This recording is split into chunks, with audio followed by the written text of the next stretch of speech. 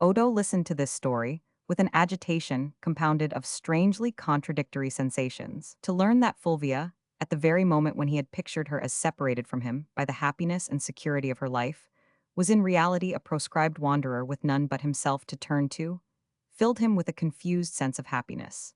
But the discovery that, in his own dominions, the political refugee was not safe from the threats of the Holy Office excited a different emotion. All these considerations, however, were subordinate to the thought that he must see Fulvia at once. It was impossible to summon her to the palace at that hour, or even to secure her safety till morning, without compromising Andrioni by calling attention to the fact that a suspected person was under his roof. And for a moment, Odo was at a loss how to detain her in Pianura without seeming to go counter to her wishes. Suddenly he remembered that Gamba was fertile in expedients, and calling in the hunchback, asked what plan he could devise. Gamba, after a moment's reflection, drew a key from his pocket. "May it please your highness," he said, "this unlocks the door of the hunting lodge at Pontesordo. The place has been deserted these many years, because of its bad name, and I have more than once found it a convenient shelter when I had reasons for wishing to be private. At this season there is no fear of poison from the marshes, and if your highness desires, I will see that the lady finds her way there before sunrise." The sun had hardly risen the next morning when the duke himself set forth. He rode alone, dressed like one of his own esquires, and gave the word unremarked to the sleepy sentinel at the gate. As it closed behind him, and he set out down the long road that led to the chase, it seemed to him that the morning solitude was thronged with spectral memories. Melancholy and fanciful they flitted before him, now in the guise of Servino and Momola, now of Maria Clementina and himself. Every detail of the scene was interwoven with the fibers of early association, from the far-off years when, as a lonely child on the farm at Pontesordo, he had gazed across the marsh at the mysterious woodlands of the chase, to the later day when, in the deserted hunting lodge, the Duchess had flung her whip at the face in the Venice mirror. He pressed forward impatiently, and presently the lodge rose before him in its grassy solitude. The level sunbeams had not yet penetrated the surrounding palisade of boughs, and the house lay in a chill twilight that seemed an emanation from its moldering walls. As Odo approached, Gamba appeared from the shadow and took his horse, and the next moment he had pushed open the door and stood in Fulvia's presence. She was seated at the farther end of the room, and as she rose to meet him, it chanced that her head, enveloped in its black traveling hood, was relieved for a moment against the tarnished background of the broken mirror. The impression struck a chill to his heart, but it was replaced by a glow of boyish happiness as their eyes met, and he felt her hands in his. For a moment all his thoughts were lost in the mere sense of her nearness. She seemed simply an enveloping atmosphere in which he drew fresh breath, but gradually her outline emerged from this haze of feeling, and he found himself looking at her with the wondering gaze of a stranger.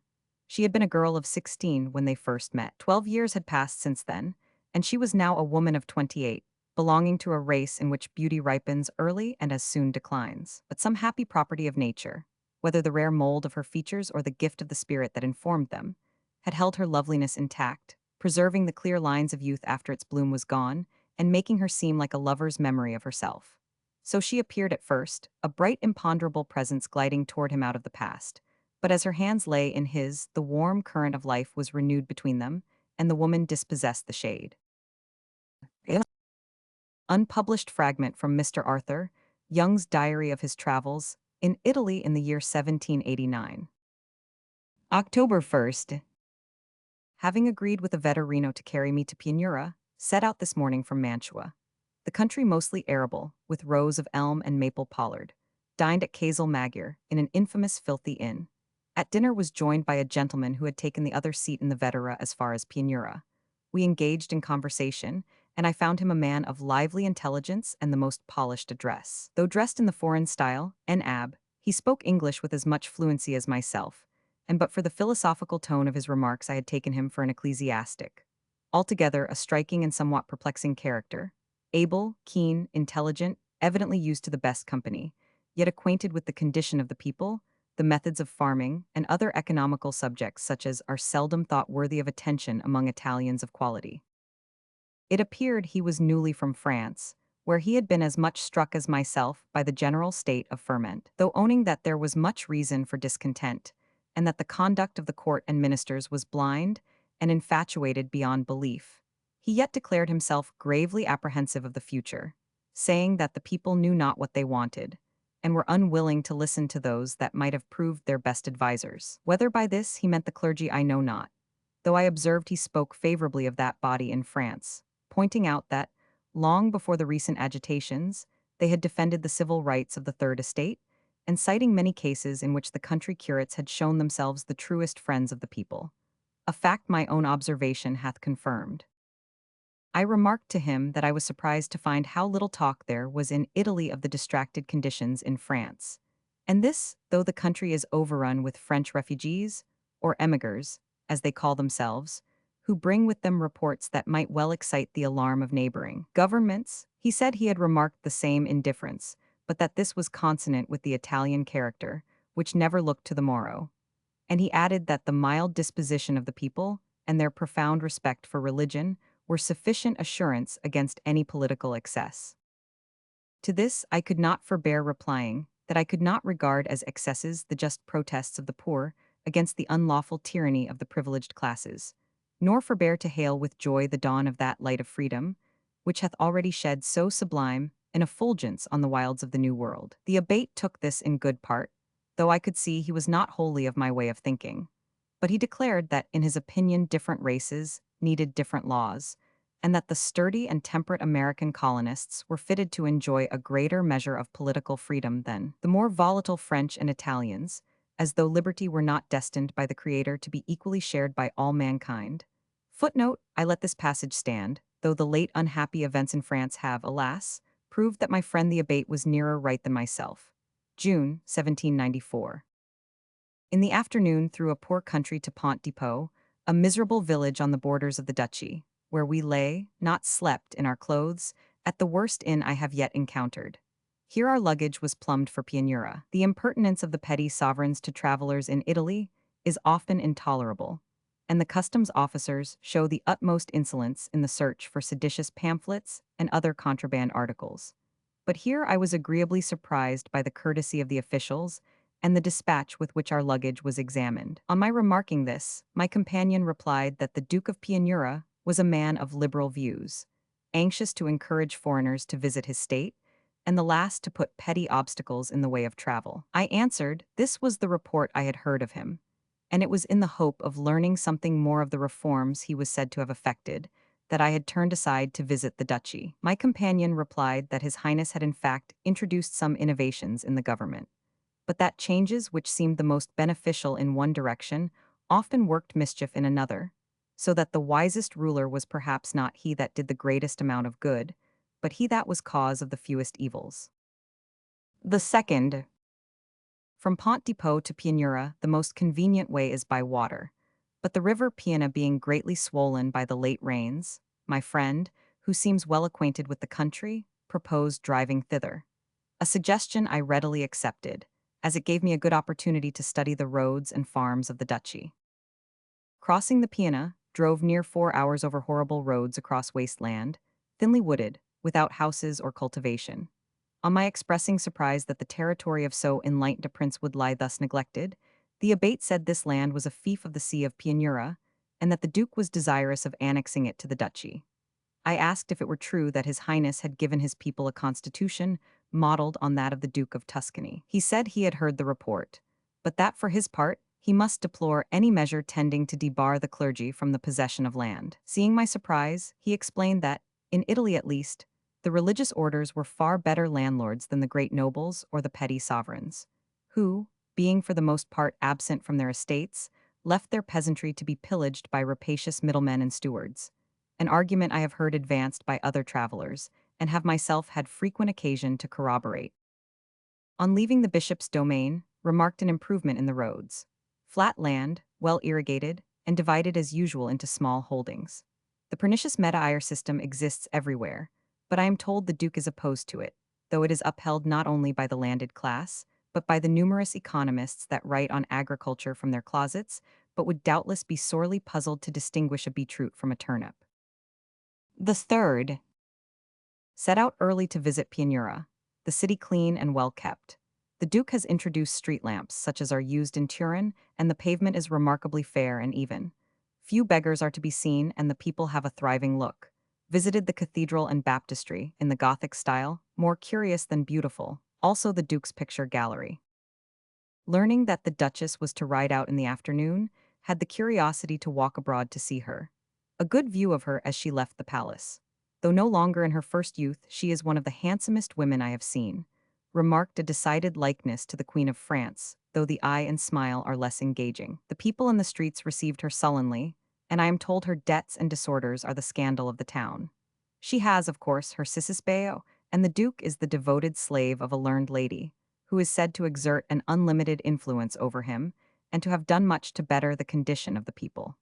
A new part for a prince's mistress to play. In the evening to the theatre, a handsome building, well lit with wax, where Cimarosa's Du Baroni was agreeably sung. The fourth, my Lord Hervey, in Florence, having favored me with a letter to Count Trescora, the Duke's prime minister, I waited on that gentleman yesterday. His Excellency received me politely, and assured me that he knew me by reputation, and would do all he could to put me in the way of investigating the agricultural conditions of the duchy. Contrary to the Italian custom, he invited me to dine with him the next day. As a rule, these great nobles do not open their doors to foreigners, however well recommended.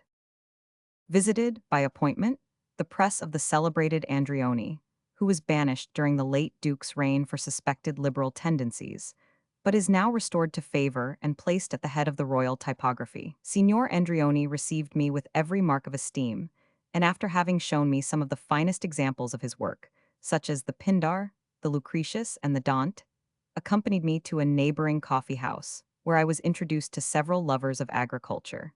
Here I learned some particulars of the Duke's attempted reforms. He has undertaken the work of draining the vast marsh of Pontesordo, to the west of the city, notorious for its malaria, has renounced the monopoly of corn and tobacco, has taken the university out of the hands of the Barnabites, and introduced the teaching of the physical sciences, formerly prohibited by the Church, has spent since his accession near 200,000 livres on improving the roads throughout the duchy, and is now engaged in framing a constitution which shall deprive the clergy of the greatest part of their privileges, and confirm the sovereign's right to annex ecclesiastical territory for the benefit of the people.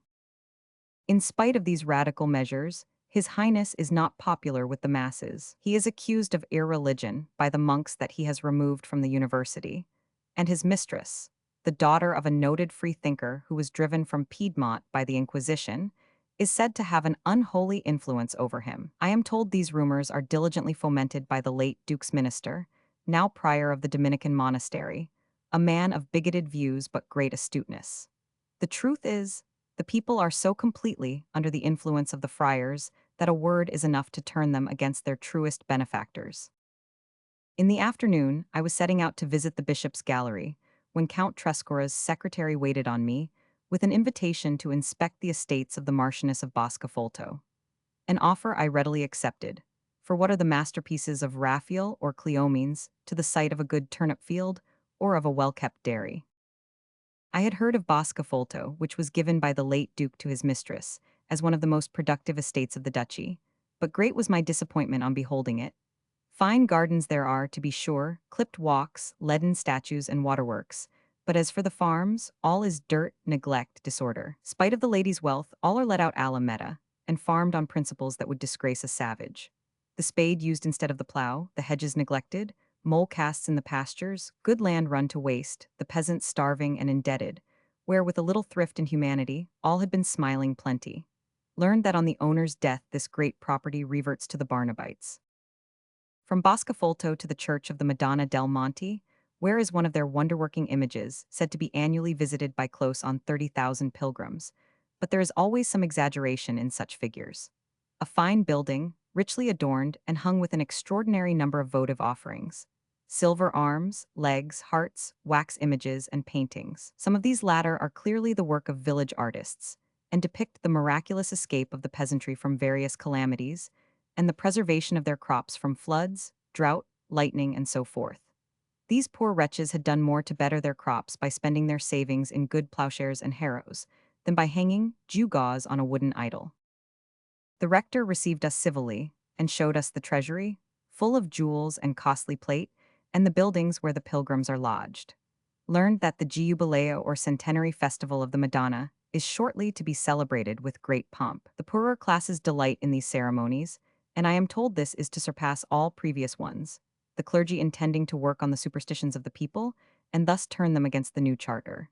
It is said the Duke hopes to counteract these designs by offering a jeweled diadem to the Virgin, but this will no doubt do him a bad turn with the esprits libres. These little states are as full of intrigues as a foul fruit of maggots. The fifth. To dinner at Count Trescorra's, where, as usual, I was the plainest dressed man in the company. Have long since ceased to be concerned by this. Why should a mere English farmer compete in elegance with these Monsignori and Illustrissimi? Surprised to find among the company my traveling companion of the other day, learned that he is the Abate de Crucis, a personal friend of the Duke's. He greeted me cordially, and on hearing my name, said that he was acquainted with my works in the translation of Mons. Freville, and now understood how it was that I had got the better of him in our farming disputations on the way hither. Was surprised to be told by Count Trescorra that the Duke desired me to wait on him that evening. Though in general not ambitious of such honors, yet in this case nothing could be more gratifying. The sixth. Yesterday evening to the palace, where His Highness received me with great affability.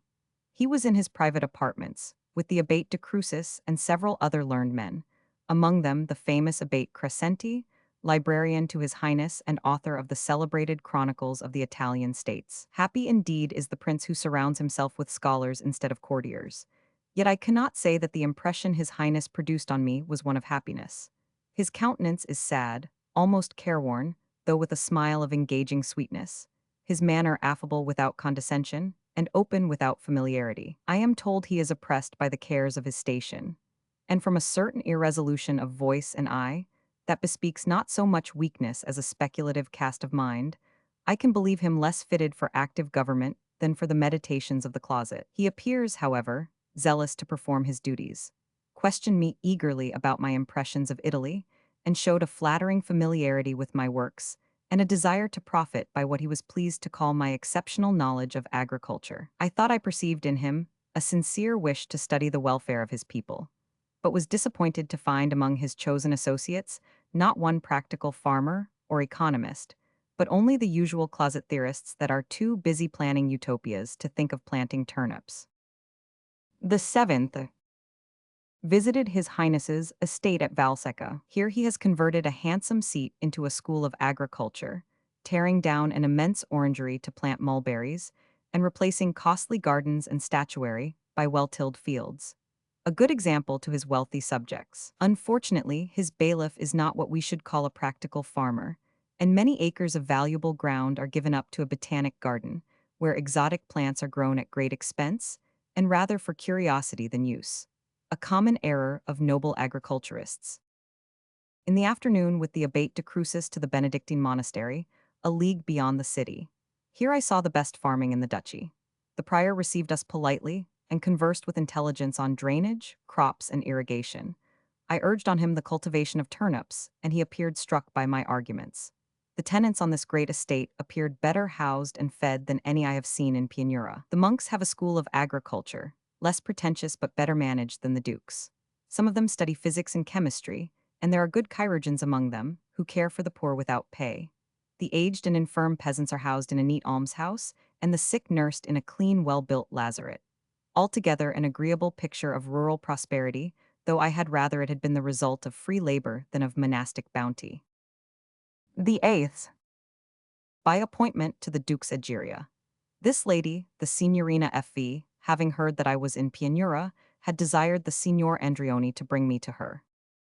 I had expected a female of the loud declamatory type, something of the Corilla Olympica order, but in this was agreeably disappointed. The Signorina V is modestly lodged, lives in the frugal style of the middle class, and refuses to accept a title, though she is thus debarred from going to court. Were it not indiscreet to speculate on a lady's age, I should put hers at somewhat above 30. Though without the Duchess's commanding elegance she has, I believe, more beauty of a quiet sort. A countenance at once soft and animated, agreeably tinged with melancholy, yet lit up by the incessant play of thought and emotion that succeed each other in her talk. Better conversation I never heard, and can heartily confirm the assurances of those who had told me that the lady was as agreeable in discourse as learned in the closet. Footnote: It has before now been observed that the free and volatile manners of foreign ladies tend to blind the English traveler to the inferiority of their physical charms. Note by a female friend of the author. On entering, found a numerous company assembled to compliment my hostess on her recent appointment as doctor of the university. This is an honor not uncommonly conferred in Italy, where female learning, perhaps from its rarity, is highly esteemed, but I am told the ladies thus distinguished seldom speak in public, though their degree entitles them to a chair in the university. In the Signorina V. Society I found the most advanced reformers of the duchy. Among others Signor Gamba, the famous pamphleteer, author of a remarkable treatise on taxation, which had nearly cost him his liberty under the late Duke's reign. He is a man of extreme views and sarcastic tongue, with an irritability of manner that is perhaps the result of bodily infirmities. His ideas, I am told, have much weight with the fair doctoress. And in the lampoons of the day, the new constitution is said to be the offspring of their amours, and to have inherited its father's deformity. The company presently withdrawing, my hostess pressed me to remain. She was eager for news from France, spoke admiringly of the new constitution, and recited in a moving manner an ode of her own composition on the fall of the Bastille. Though living so retired, she makes no secret of her connection with the Duke. Said he had told her of his conversation with me, and asked what I thought of his plan for draining the marsh of Pontesordo. On my attempting to reply to this in detail, I saw that, like some of the most accomplished of her sex, she was impatient of minutiae, and preferred general ideas to particular instances. But when the talk turned on the rights of the people, I was struck by the energy and justice of her remarks, and by a tone of resolution and courage that made me to say to myself, "Here is the hand that rules the state." She questioned me earnestly about the state of affairs in France, begged me to lend her what pamphlets I could procure, and while making no secret of her Republican sympathies, expressed herself with a moderation not always found in her sex. Of the clergy alone, she appeared intolerant, a fact hardly to be wondered at, considering the persecution to which she and her father have been subjected. She detained me near 2 hours in such discourse, and on my taking leave asked with some show of feeling what I, as a practical economist, would advise the Duke to do for the benefit of his people. To which I replied, "Plant turnips, madam," and she laughed heartily, and said no doubt I was right. But I fear all the heads here are too full of fine theories to condescend to such simple improvements. Fulvia, in the twilight, sat awaiting the Duke. The room in which she sat looked out on a stone-flagged cloister, enclosing a plot of ground planted with yews. And at the farther end of this cloister, a door communicated by a covered way with the ducal gardens. The house had formed a part of the convent of the Perpetual Adoration, which had been sold by the nuns when they moved to the new buildings the late Duke had given them. A portion had been torn down to make way for the Marquis of Cervino's palace, and in the remaining fragment, a low building wedged between high walls, Fulvia had found a lodging. Her whole dwelling consisted of the abbess's parlor, in which she now sat, and the 2 or 3 adjoining cells. The tall presses in the parlor had been filled with her father's books, and surmounted by his globes and other scientific instruments. But for this, the apartment remained as unadorned as in her predecessor's day. And Fulvia, in her austere black gown, with a lawn kerchief folded over her breast, and the unpowdered hair drawn back from her pale face, might herself have passed for the head of a religious community. She cultivated with almost morbid care this severity of dress and surroundings. There were moments when she could hardly tolerate the pale autumnal beauty which her glass reflected, when even this phantom of youth and radiance became a stumbling block to her spiritual pride. She was not ashamed of being the Duke of Pianura's mistress, but she had a horror of being thought like the mistresses of other princes. She loathed all that the position represented in men's minds. She had refused all that, according to the conventions of the day, it entitled her to claim: wealth, patronage, and the rank and estates which it was customary for the sovereign to confer. She had taken nothing from Odo but his love, and the little house in which he had lodged her. 3 years had passed since Fulvia's flight to Pianura. From the moment when she and Odo had stood face to face again, it had been clear to him that he could never give her up, to her that she could never leave him. Fate seemed to have thrown them together in derision of their long struggle, and both felt that lassitude of the will which is the reaction from vain endeavor. The discovery that he needed her, that the task for which he had given her up could after all not be accomplished without her, served to overcome her last resistance. If the end for which both strove could best be attained together, if he needed the aid of her unfaltering faith as much as she needed that of his wealth and power, why should any personal scruples stand between them? Why should she who had given all else to the cause, ease, fortune, safety, and even the happiness that lay in her hand, hesitate to make the final sacrifice of a private ideal? According to the standards of her day, there was no dishonor to a woman in being the mistress of a man whose rank forbade his marrying her. The dishonor lay in the conduct which had come to be associated with such relations. Under the old dispensation, the influence of the prince's mistress had stood for the last excesses of moral and political corruption. Why might it not, under the new law, come to represent as unlimited a power for good? So Love, the casuist, argued, and during those first months, when happiness seemed at last its own justification, Fulvia lived in every fiber.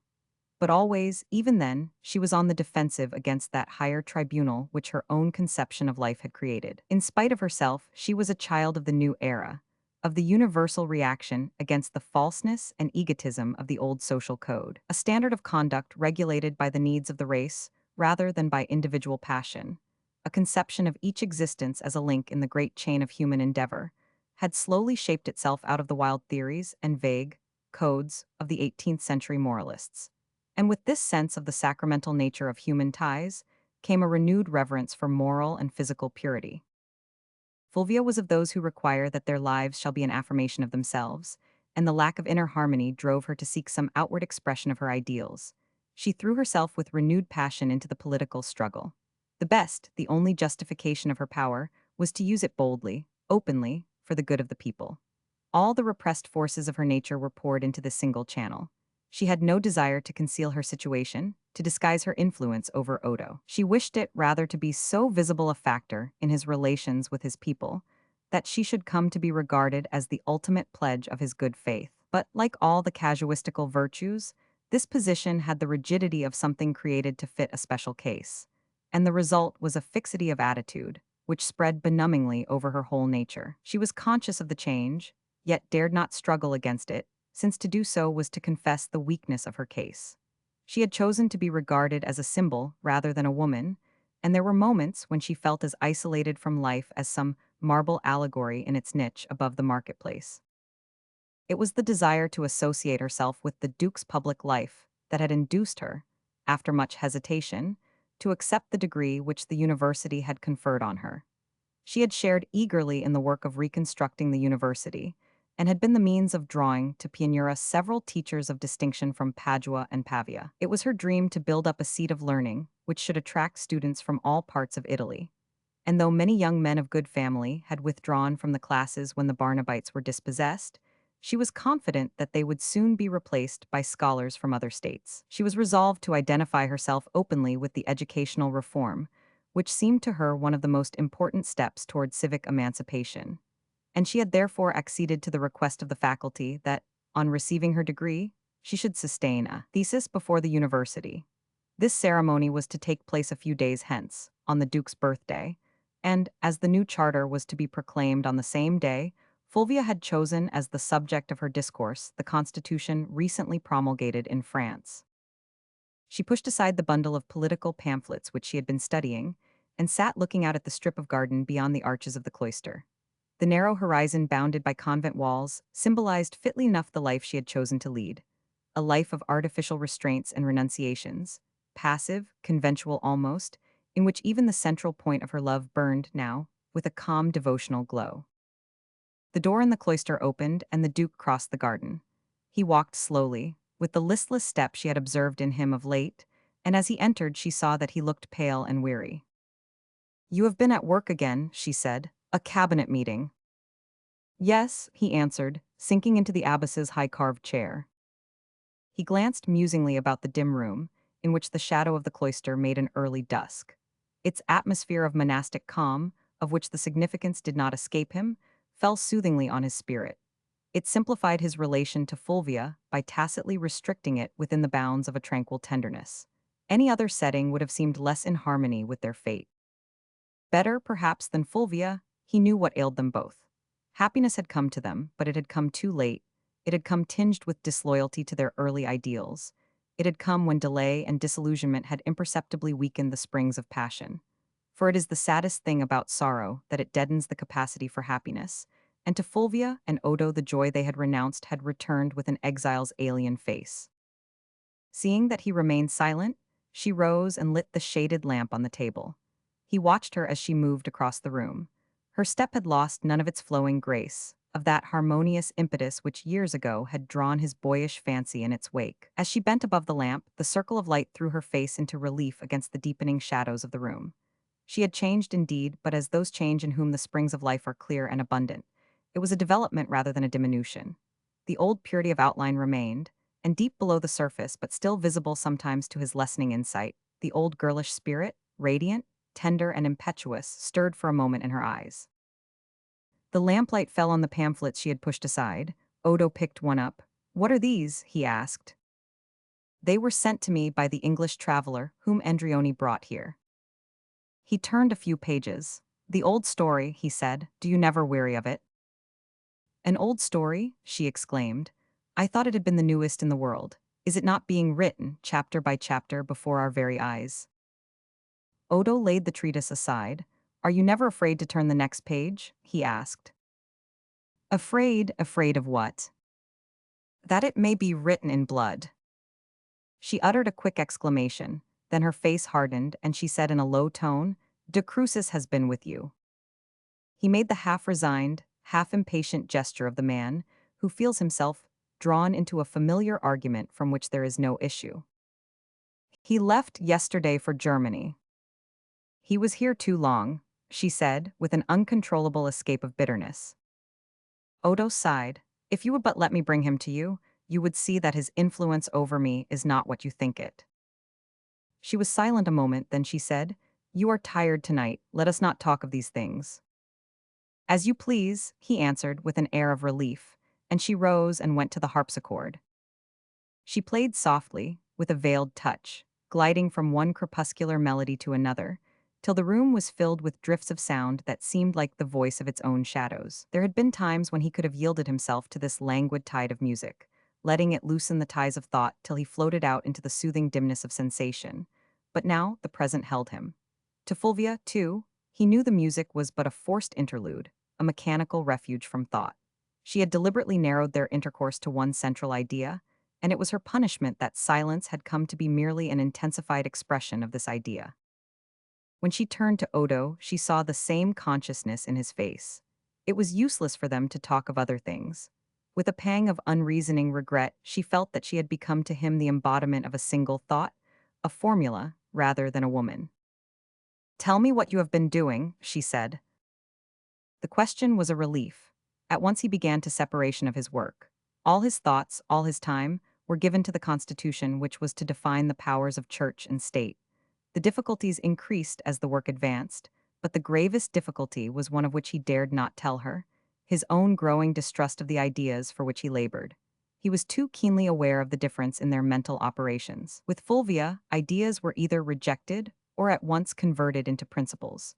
With himself, they remained stored in the mind, serving rather as commentaries on life than as incentives to action. This perpetual accessibility to new impressions was a quality she could not understand, or could conceive of only as a weakness. Her own mind was like a garden in which nothing is ever transplanted. She allowed for no intermediate stages between error and dogma, for no shifting of the bounds of conviction, and this security gave her the singleness of purpose in which he found himself more and more deficient. Odo remembered that he had once thought her nearness would dispel his hesitations. At first it had been so, but gradually, the contact with her fixed enthusiasms had set up within him an opposing sense of the claims ignored. The element of dogmatism in her faith showed the discouraging sameness of the human mind. He perceived that to a spirit like Fulvia's, it might become possible to shed blood in the cause of tolerance. The rapid march of events in France had necessarily produced an opposite effect on minds so differently constituted. To Fulvia the year had been a year of victory, a glorious affirmation of her political creed. Step by step she had seen, as in some old allegorical painting, error fly before the shafts of truth. Where Odo beheld a conflagration she saw a sunrise, and all that was bare and cold in her own life was warmed and transfigured by that ineffable brightness. She listened patiently while he enlarged on the difficulties of the case. The Constitution was framed in all its details, but with its completion, he felt more than ever doubtful of the wisdom of granting it. He would have welcomed any postponement that did not seem an admission of fear. He dreaded the inevitable break with the clergy.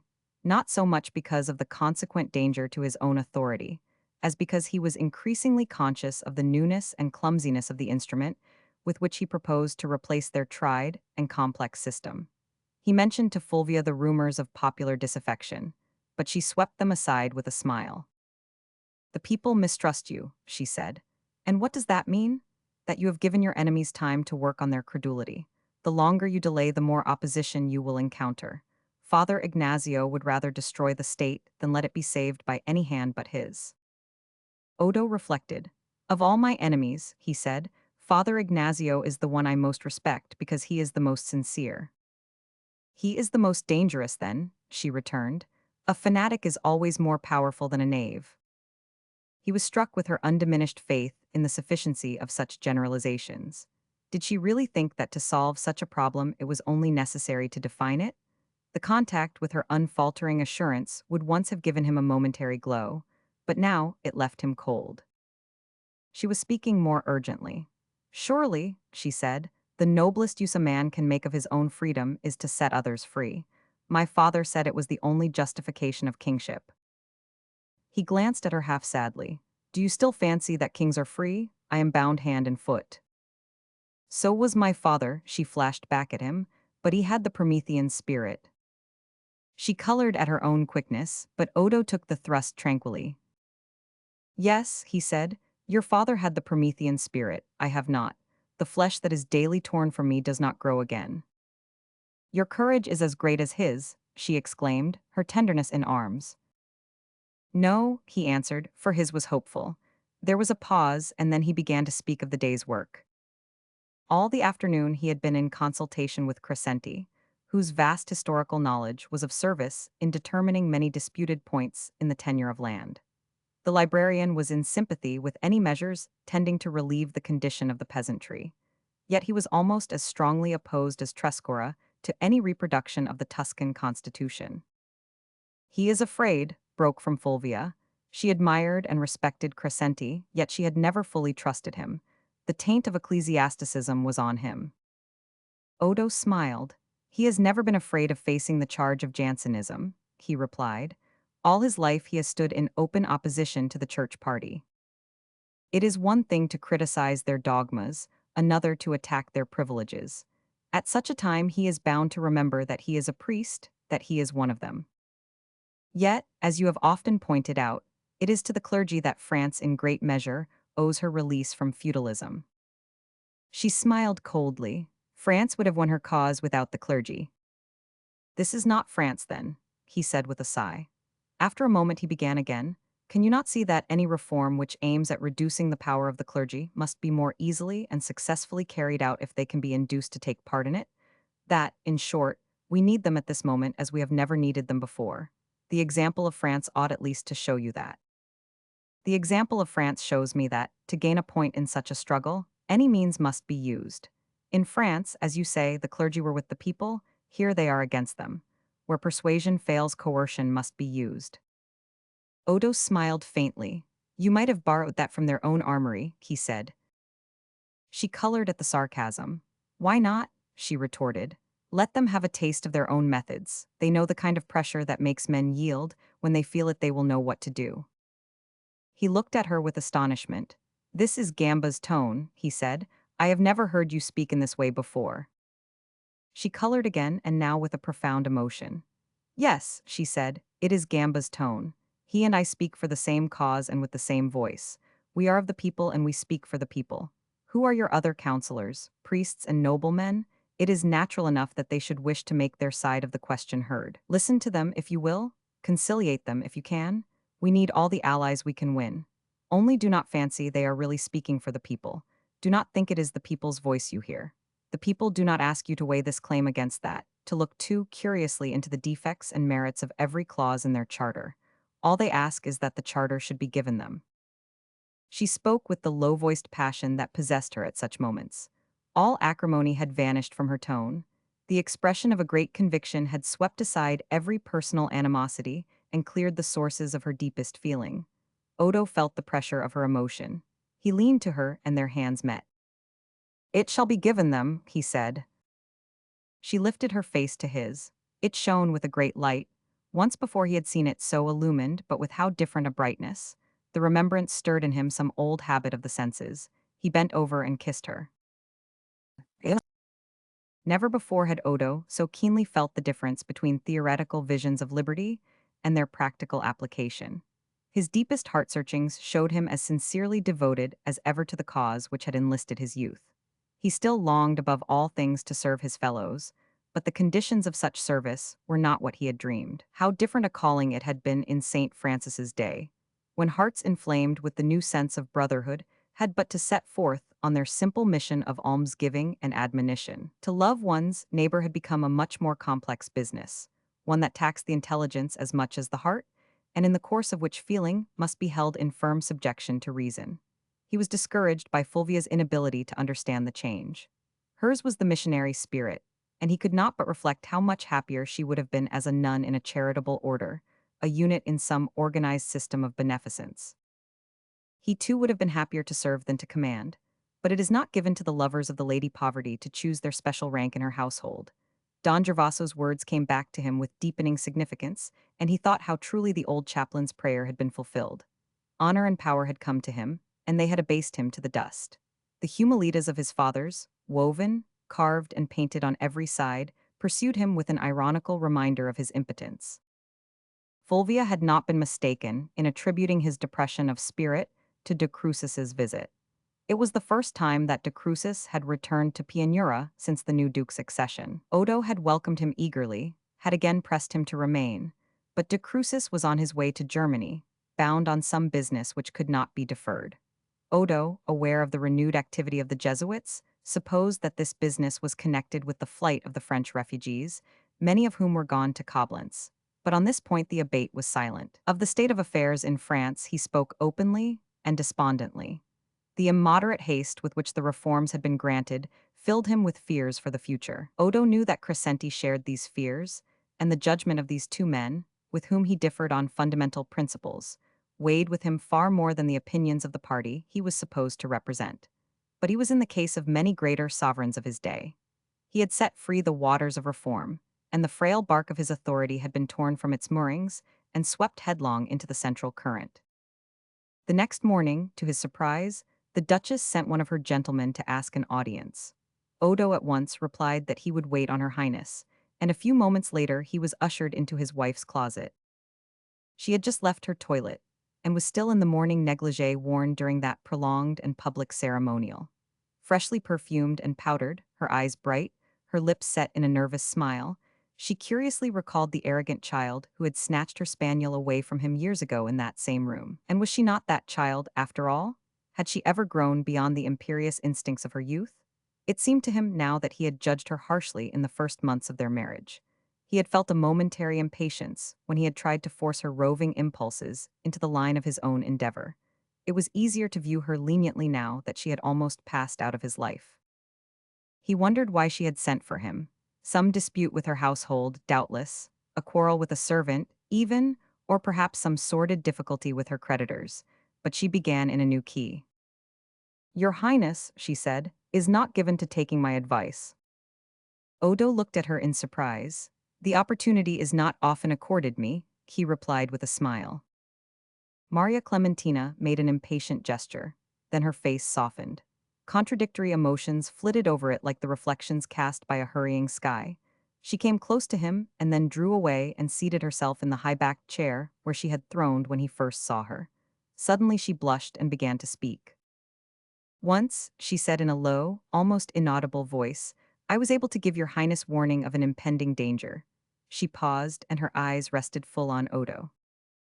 He felt his color rise as he returned her gaze. It was her first allusion to the past. He had supposed she had forgotten. For a moment he remained awkwardly silent. "Do you remember?" she asked. "I remember." "The danger was a grave one. Your Highness may recall that, but for my warning, you would not have been advised of it." "I remember," he said again. She paused a moment. "The danger," she repeated, "was a grave one, but it threatened only your Highness's person.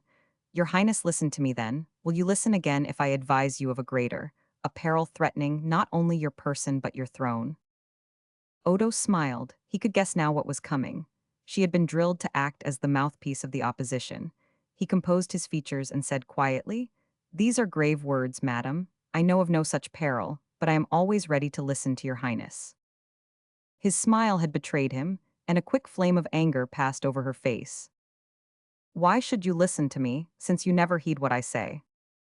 Your highness has just reminded me that I did so once." "Once," she repeated bitterly. "You were younger then, and so was I?"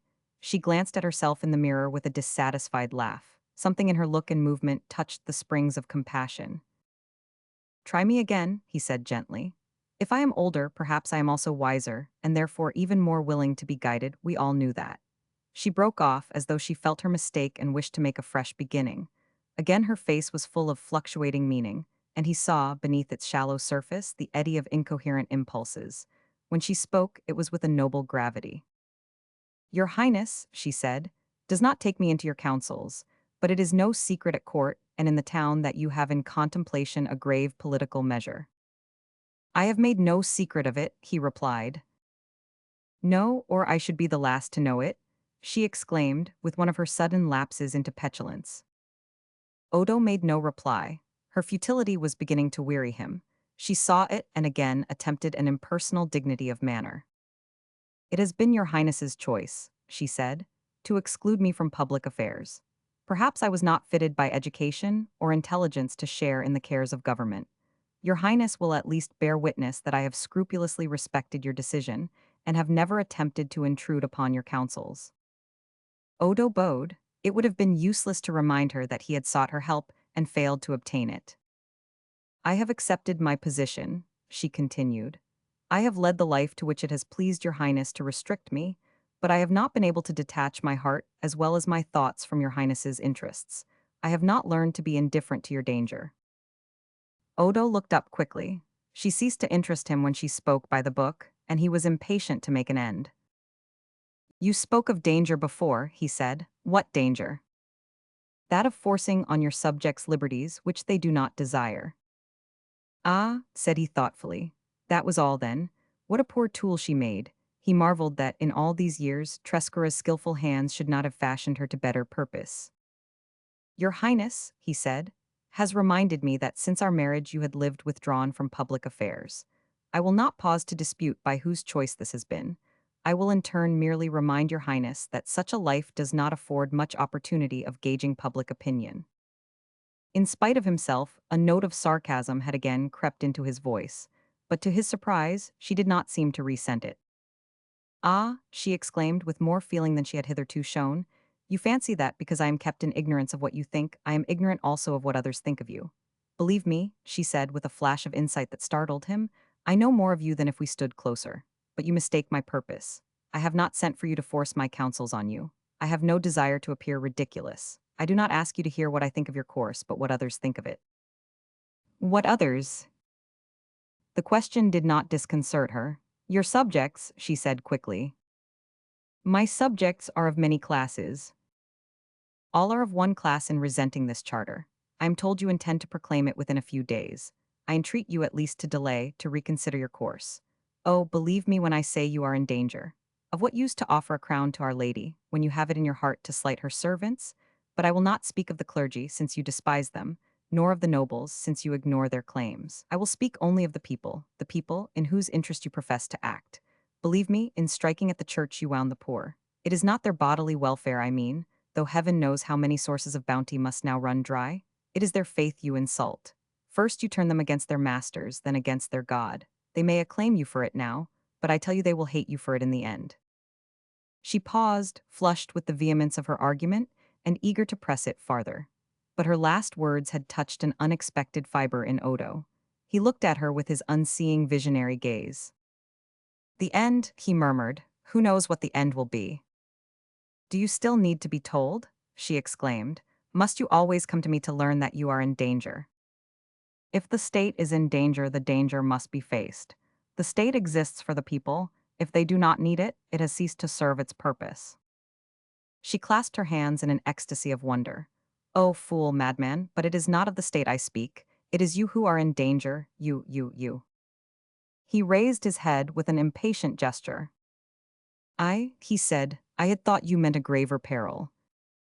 She looked at him in silence. Her pride met his and thrilled with it, and for a moment the two were one. Odo, she cried. She sank into a chair, and he went to her and took her hand. Such fears are worthy neither of us, he said gravely. I am not ashamed of them, she said. Her hand clung to him and she lifted her eyes to his face. You will listen to me? She whispered in a glow. He drew back chilled. If only she had kept the feminine in abeyance, but sex was her only weapon. I have listened, he said quietly, and I thank you. But you will not be counseled. In the last issue, one must be one's own counselor. Her face flamed. If you were but that, she tossed back at him. The taunt struck him full. He knew that he should have let it lie, but he caught it up in spite of himself. Madam, he said, I should have appealed to our sovereign, not to her servant, she cried, dashing into the breach she had made. He stood motionless, stunned almost. For what she had said was true. He was no longer the sovereign, the rule had passed out of his hands. His silence frightened her. With an instinctive jealousy, she saw that her words had started a train of thought in which she had no part. She felt herself ignored, abandoned, and all her passions rushed to the defense of her wounded vanity. Oh, believe me, she cried. I speak as your duchess, not as your wife. That is a name in which I should never dream of appealing to you. I have ever stood apart from your private pleasures, as became a woman of my house. She faced him with a flash of the Austrian insolence. But when I see the state drifting to ruin as the result of your caprice, when I see your own life endangered, your people turned against you, religion openly insulted, law and authority made the plaything of this false atheistical creature that has robbed me of all, she broke off helplessly and hid her face with a sob. Odo stood speechless, spellbound. He could not mistake what had happened. The woman had surged to the surface at last. The real woman, passionate, self-centered, undisciplined, but so piteous after all in this sudden subjection to the one tenderness that survived in her. She loved him and was jealous of her rival. That was the instinct which had swept all others aside. At that moment she cared nothing for her safety or his.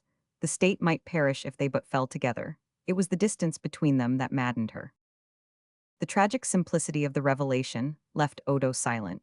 For a fantastic moment, he yielded to the vision of what that waste power might have accomplished. Life seemed to him a confusion of roving force that met only to crash in ruins. His silence drew her to her feet.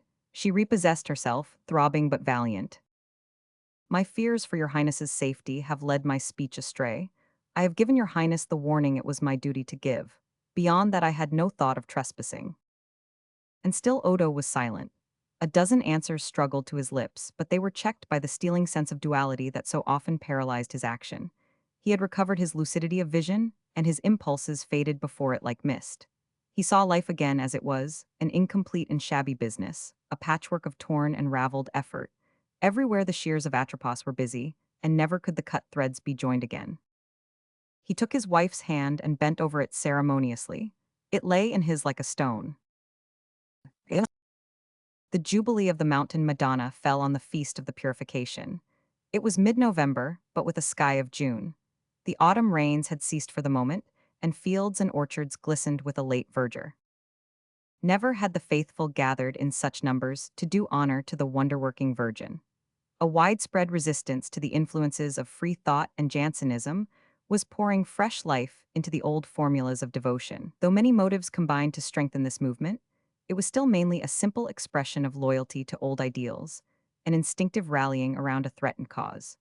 It is the honest conviction underlying all great popular impulses that gives them their real strength. And in this case, the thousands of pilgrims flocking on foot to the mountain shrine embodied a greater moral force than the powerful ecclesiastics at whose call they had gathered. The clergy themselves were come from all sides, while those that were unable to attend had sent costly gifts to the miraculous Virgin. The bishops of Mantua, Modena, Vercelli, and Cremona had traveled to Pianura in state, the people flocking out beyond the gates to welcome them. 4 mitred abbots, several monsignori and priors, rectors, vicars general, and canons innumerable rode in the procession, followed on foot by the humble army of parish priests and by interminable confraternities of all orders. The approach of the great dignitaries was hailed with enthusiasm by the crowds lining the roads. Even the Bishop of Pianura, never popular with the people, received an unwanted measure of applause, and the white-cowled prior of the Dominicans, writing by stern and close-lipped as a monk of Zurbarans, was greeted with frenzied acclamations. The report that the bishop and the heads of the religious houses in Pianura were to set free suppers for the pilgrims had doubtless quickened this outburst of piety. Yet it was perhaps chiefly due to the sense of coming peril that had gradually permeated the dim consciousness of the crowd. In the church, the glow of lights, the thrilling beauty of the music, and the glitter of the priestly vestments were blent in a melting harmony of sound and color. The shrine of the Madonna shone with unearthly radiance. Hundreds of candles formed an elongated nimbus about her hieratic figure, which was surmounted by the canopy of cloth of gold presented by the Duke of Modena.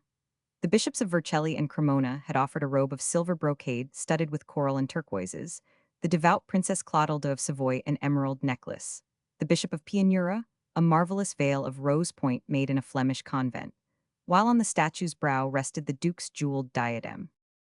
The Duke himself, seated in his tribune above the choir, observed the scene with a renewed appreciation of the church's unfailing dramatic instinct. At first he saw in the spectacle only this outer and symbolic side, of which the mere sensuous beauty had always deeply moved him. But as he watched the effect produced on the great throng filling the aisles, he began to see that this external splendor was but the veil before the sanctuary, and to realize what De Crucis meant when he spoke of the deep hold of the church upon the people. Every color, every gesture, every word and note of music that made up the texture of the gorgeous ceremonial might indeed seem part of a long-studied and astutely planned effect. Yet each had its root in some instinct of the heart, some natural development of the inner life, so that they were in fact not the cunningly adjusted fragments of an arbitrary pattern, but the inseparable fibers of a living organism. It was Odo's misfortune to see too far ahead on the road along which his destiny was urging him. As he sat there, face to face with the people he was trying to lead, he heard above the music of the Mass and the chant of the kneeling throng an echo of the question that Don Gervaso had once put to him: "If you take Christ from the people, what have you to give them instead?" He was roused by a burst of silver clarions. The Mass was over, and the Duke and Duchess were to descend from their tribune and venerate the holy image before it was carried through the church. Odo rose and gave his hand to his wife. They had not seen each other, save in public, since their last conversation in her closet. The Duchess walked with set lips and head erect, keeping her profile turned to him as they descended the steps and advanced to the choir. None knew better how to take her part in such a pageant. She had the gift of drawing upon herself the undivided attention of any assemblage in which she moved, and the consciousness of this power lent a kind of Olympian buoyancy to her gait. The richness of her dress and her extravagant display of jewels seemed almost a challenge to the sacred image blazing like a rainbow beneath its golden canopy, and Odo smiled to think that his childish fancy had once compared the brilliant being at his side to the humble tinsel-decked Virgin of the church at Pontesordo. As the couple advanced, stillness fell on the church.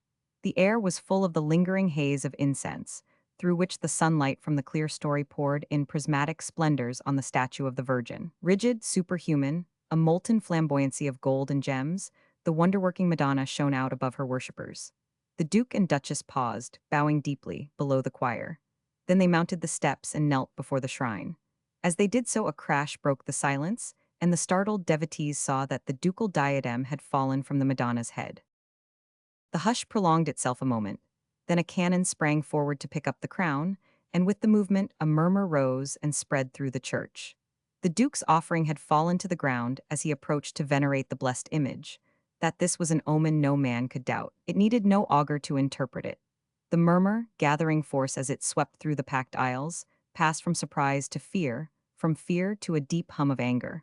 For the people understood, as plainly as though she had spoken, that the Virgin of the Valsecas had cast from her the gift of an unbeliever. The ceremonies over, the long procession was formed again and set out toward the city. The crowd had surged ahead, and when the Duke rode through the gates the streets were already thronged. Moving slowly between the compact mass of people, he felt himself as closely observed as on the day of his state entry, but with far different effect. Enthusiasm had given way to a cold curiosity. The excitement of the spectators had spent itself in the morning, and the sight of their sovereign failed to rouse their flagging ardor. Now and then a cheer broke out, but it died again without kindling another in the uninflammable mass. Odo could not tell how much of this indifference was due to a natural reaction from the emotions of the morning, How much to his personal unpopularity? How much to the ominous impression produced by the falling of the Virgin's crown? He rode between his people oppressed by a sense of estrangement such as he had never known. He felt himself shut off from them by an impassable barrier of superstition and ignorance, and every effort to reach them was like the wrong turn in a labyrinth, drawing him farther away from the issue to which it seemed to lead. As he advanced under this indifferent or hostile scrutiny, he thought how much easier it would be to face a rain of bullets than this withering glare of criticism. A sudden longing to escape, to be done with it all, came over him with sickening force. His nerves ached with the physical strain of holding himself upright on his horse, of preserving the statuesque erectness proper to the occasion. He felt like one of his own ancestral effigies, of which the wooden framework had rotted under the splendid robes. A congestion at the head of a narrow street had checked the procession, and he was obliged to rein in his horse. He looked about and found himself in the center of the square near the baptistry. A few feet off, directly in a line with him, was the weather-worn front of the royal printing press. He raised his head and saw a group of people on the balcony. Though they were close at hand, he saw them in a blur, against which Fulvia's figure suddenly detached itself. She had told him that she was to view the procession with the Andrianis, but through the mental haze which enveloped him her apparition struck a vague surprise. He looked at her intently, and their eyes met. A faint happiness stole over her face, but no recognition was possible, and she continued to gaze out steadily upon the throng below the balcony.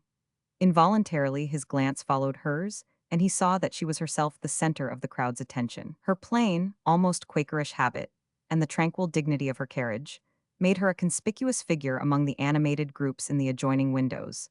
And Odo, with the acuteness of perception which a public life develops, was instantly aware that her name was on every lip. At the same moment he saw a woman close to his horse's feet snatch up her child and make the sign against the evil eye. A boy who stood staring open-mouthed at Fulvia caught the gesture and repeated it. A barefoot friar imitated the boy, and it seemed to Odo that the familiar sign was spreading with malignant rapidity to the furthest limits of the crowd. The impression was only momentary, for the cavalcade was again in motion, and without raising his eyes he rode on, sick at heart. At nightfall, a man opened the gate of the ducal gardens below the Chinese pavilion and stepped out into the deserted lane. He locked the gate and slipped the key into his pocket. Then he turned and walked toward the center of the town. As he reached the more populous quarters, his walk slackened to a stroll, and now and then he paused to observe a knot of merrymakers or look through the curtains of the tents set up in the squares. The man was plainly but decently dressed, like a petty tradesman or a lawyer's clerk, and the night being chill he wore a cloak and had drawn his hat brim over his forehead. He sauntered on, letting the crowd carry him, with the air of one who has an hour to kill, and whose holiday-making takes the form of an amused spectatorship. To such an observer, the streets offered ample entertainment. The shrewd air discouraged lounging and kept the crowd in motion. But the open platforms built for dancing were thronged with couples, and every peep show, wine shop and astrologer's booth was packed to the doors. The shrines and street lamps being all alight, and booths and platforms hung with countless lanterns, the scene was as bright as day. But in the ever-shifting medley of peasant dresses, liveries, monkish cowls, and carnival disguises, a soberly clad man might easily go unremarked. Reaching the square before the cathedral, the solitary observer pushed his way through the idlers gathered about a dais with a curtain at the back. Before the curtain stood a Milanese quack, dressed like a noble gentleman, with sword and plumed hat, and rehearsing his cures in stentorian tones, while his zany, in the short mask and green-and-white habit of Brighella, cracked jokes and turned handsprings for the diversion of the vulgar. Behold, the charlatan was shouting. The marvelous Egyptian love philter distilled from the pearl that the great Emperor Antony dropped into Queen Cleopatra's cup. This infallible fluid, handed down for generations in the family of my ancestor, the high priest of Isis. The bray of a neighboring showman's trumpet cut him short, and yielding to circumstances, he drew back the curtain, and a tumbling girl sprang out and began her antics on the front of the stage. "What did he say was the price of that drink, Janina?" asked a young maidservant pulling her neighbor's sleeve. "Are you thinking of buying it for Pietrino, my beauty?" The other returned with a laugh. "Believe me, it is a sound proverb that says, when the fruit is ripe it falls of itself." The girl drew away angrily, and the quack took up his harangue. "The same philter, ladies and gentlemen, though in confessing it I betray a professional secret. The same philter, I declare to you on the honor of a nobleman, whereby in your own city, a lady no longer young and no way remarkable in looks or station, has captured and subjugated the affections of one so high, so exalted, so above all others in beauty, rank, wealth, power, and dignities. Oh, oh, that's the Duke, sniggered a voice in the crowd. Ladies and gentlemen, I name no names, cried the quack impressively. No need to, retorted the voice. They do say, though, she gave him something to drink, said a young woman to a youth in a clerk's dress. The saying is she studied medicine with the Turks. The Moors, you mean, said the clerk with an air of superiority. Well, they say her mother was a Turkey slave, and her father a murderer from the Sultan's galleys. No, no, she's plain Piedmontese, I tell you. Her father was a physician in Turin, and was driven out of the country for poisoning his patients in order to watch their death agonies. They say she's good to the poor, though, said another voice doubtfully. Good to the poor? That's what they said of her father. All I know is that she heard Stefano the weaver's lad had the falling sickness, and she carried him a potion with her own hands. And the next day the child was dead, and a Carmelite friar, who saw the phial he drank from, said it was the same shape and size as one that was found in a witch's grave when they were digging the foundations for the new monastery. Ladies and gentlemen, shrieked the quack, what am I offered for a drop of this priceless liquor? The listener turned aside and pushed his way toward the farther end of the square. As he did so, he ran against a Merry Andrew who thrust a long printed sheet in his hand. Buy my satirical ballads, ladies and gentlemen, the fellow shouted. Two for a farthing, invented and written by an own cousin of the great Pasquino of Rome. What will you have, sir? Here's the secret history of a famous prince's amours with an atheist. Here's the true scandal of an illustrious lady's necklace, two for a farthing, and my humblest thanks to your excellency. He pocketed the coin, and the other, thrusting the broadsheets beneath his cloak, pushed on to the nearest coffee house. Here every table was thronged, and the babble of talk so loud that the stranger, hopeless of obtaining refreshment, pressed his way into the remotest corner of the room and seated himself on an empty cask. At first he sat motionless, silently observing the crowd. Then he drew forth the ballads and ran his eye over them. He was still engaged in this study when his notice was attracted by a loud discussion going forward between a party of men at the nearest table. The disputants, petty tradesmen or artisans by their dress, had evidently been warmed by a good flagon of wine, and their tones were so lively that every word reached the listener on the cask. Reform, reform, cried one, who appeared by his dress and manner to be the weightiest of the company. It's all very well to cry reform, but what I say is that most of those that are howling for it no more know what they're asking than a parrot that's been taught the litany. Now the first question is, who benefits by your reform? And what's the answer to that, eh? Is it the tradesmen? The merchants? The clerks, artisans, household servants, I ask you? I hear some of my fellow tradesmen complaining that the nobility don't pay their bills. Will they be better paid, think you, when the Duke has halved their revenues?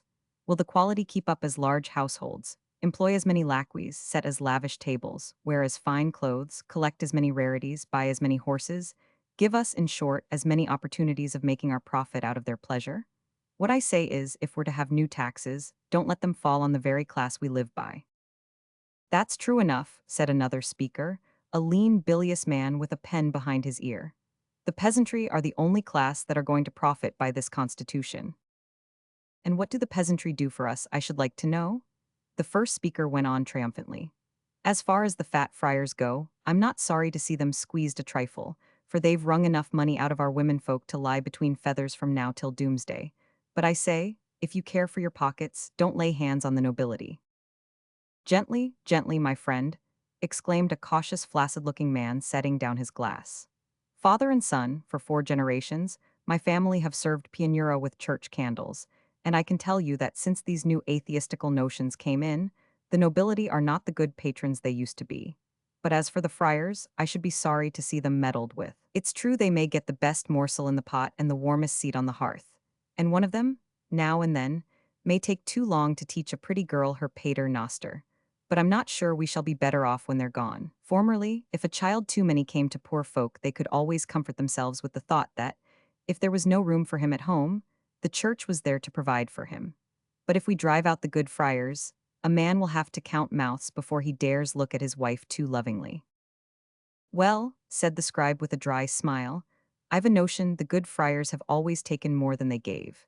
And if it were not for the gaping mouths under the cowl, even a poor man might have victuals enough for his own. The first speaker turned on him contentiously. "Do I understand you are for this new charter, then?" he asked. "No, no," said the other. "Better hot polenta than a cold ortolan. Things are none too good as they are, but I never care to taste first of a new dish, and in this case I don't fancy the cook." "Ah, that's it," said the soft man. "It's too much like the apothecary's wife mixing his drugs for him. Men of Roman lineage want no women to govern them." He puffed himself out and thrust a hand in his bosom.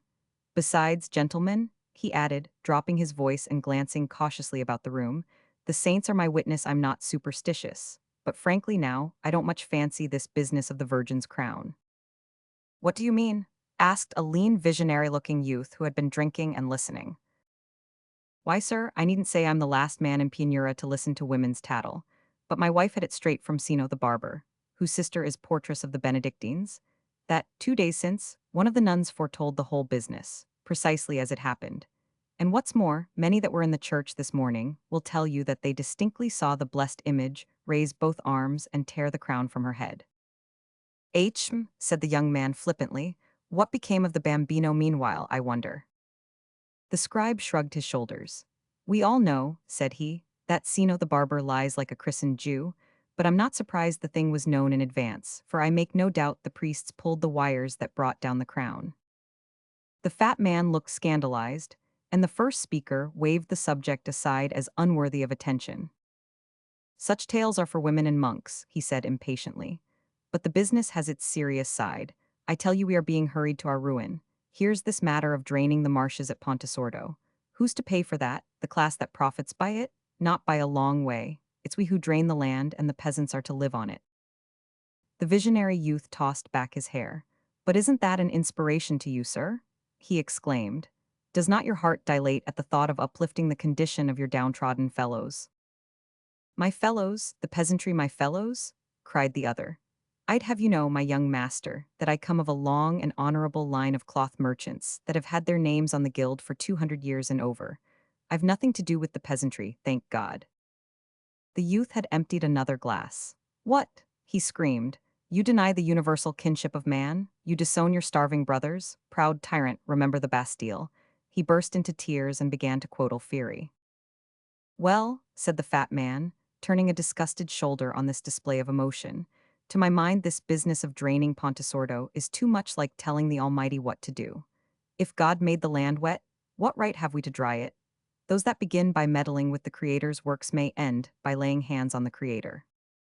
"You're right," said another. "There's no knowing where these newfangled notions may land us.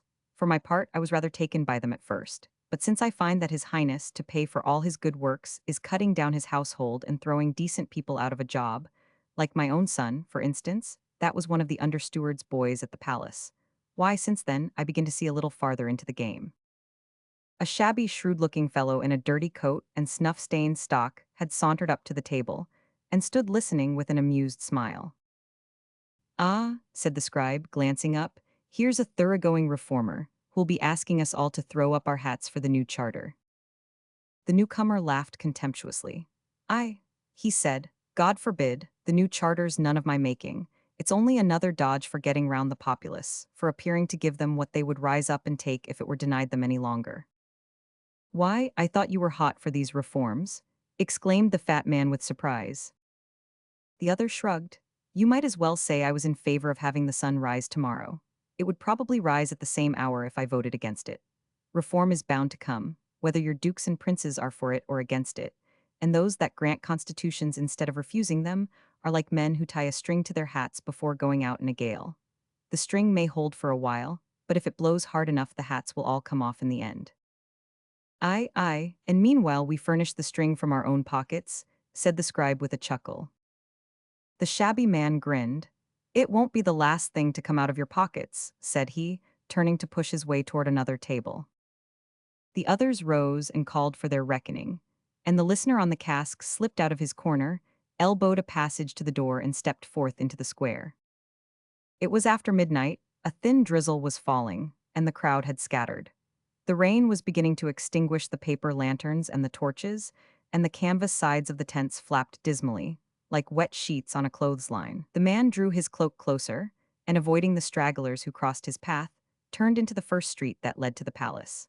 He walked fast over the slippery cobblestones, buffeted by a rising wind and threading his way between dark walls and sleeping house fronts till he reached the lane below the ducal gardens. He unlocked the door by which he had come forth, entered the gardens, and paused a moment on the terrace above the lane. Behind him rose the palace, a dark irregular bulk with a lighted window showing here and there. Before him lay the city, an indistinguishable huddle of roofs and towers under the rainy night. He stood a while gazing out over it, then he turned and walked toward the palace. The garden alleys were deserted, the pleached walks dark as subterranean passages, with the wet gleam of statues starting spectrally out of the blackness. The man walked rapidly, leaving the Borromini wing on his left and skirting the outstanding mass of the older buildings. Behind the marble buttresses of the chapel, he crossed the dense obscurity of a court between high walls, found a door under an archway, turned a key in the lock, and gained a spiral stairway as dark as the court. He groped his way up the stairs and paused a moment on the landing to listen. Then he opened another door, lifted a heavy hanging of tapestry, and stepped into the Duke's closet. It stood empty, with a lamp burning low on the desk. The man threw off his cloak and hat, dropped into a chair beside the desk, and hid his face in his hands. It was the eve of the Duke's birthday. A cabinet council had been called in the morning, and His Highness's ministers had submitted to him the revised draft of the Constitution, which was to be proclaimed on the morrow. Throughout the conference, which was brief and formal, Odo had been conscious of a subtle change in the ministerial atmosphere. Instead of the current of resistance against which he had grown used to forcing his way, he became aware of a tacit yielding to his will. Trescora had apparently withdrawn his opposition to the charter, and the other ministers had followed suit. To Odo's overwrought imagination, there was something ominous in the change. He had counted on the goad of opposition to fight off the fatal languor which he had learned to expect at such crises. Now that he found there was to be no struggle, he understood how largely his zeal had of late depended on such factitious incentives. He felt an irrational longing to throw himself on the other side of the conflict, to tear in bits the paper awaiting his signature, and disown the policy which had dictated it. But the tide of acquiescence on which he was afloat was no stagnant backwater of indifference, but the glassy reach just above the fall of a river. The current was as swift as it was smooth, and he felt himself hurried forward to an end he could no longer escape.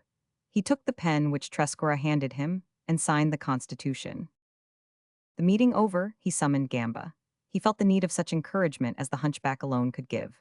Fulvia's enthusiasms were too unreal, too abstract. She lived in a region of ideals, whence ugly facts were swept out by some process of mental housewifery, which kept her world perpetually smiling and immaculate. Gamba at least fed his convictions on facts. If his outlook was narrow, it was direct. No roseate medium of fancy was interposed between his vision and the truth. He stood listening thoughtfully, while Odo poured forth his doubts. "Your Highness may well hesitate," he said at last. "There are always more good reasons against a new state of things than for it. I am not surprised that Count Trescora appears to have withdrawn his opposition. I believe he now honestly wishes your Highness to proclaim the Constitution." Odo looked up in surprise. "You do not mean that he has come to believe in it?" Gamba smiled. "Probably not in your Highness's sense, but he may have found a use of his own for it." "What do you mean?" Odo asked. "If he does not believe it will benefit the state, he may think it will injure your Highness." "Ah," said the Duke slowly. There was a pause, during which he was possessed by the same shuddering reluctance to fix his mind on the facts before him as when he had questioned the hunchback about Momola's death. He longed to cast the whole business aside, to be up and away from it, drawing breath in a new world where every air was not tainted with corruption. He raised his head with an effort. "You think, then, that the liberals are secretly acting against me in this matter?" "I am persuaded of it, your Highness." Odo hesitated. "You have always told me," he began again, "that the love of dominion was your brother's ruling passion. If he really believes this movement will be popular with the people, why should he secretly oppose it, instead of making the most of his own share in it as the minister of a popular sovereign?" "For several reasons," Gamba answered promptly. "In the first place, the reforms your Highness has introduced are not of his own choosing, and Trescora has little sympathy with any policy he has not dictated. In the second place, the powers and opportunities of a constitutional minister are too restricted to satisfy his appetite for rule.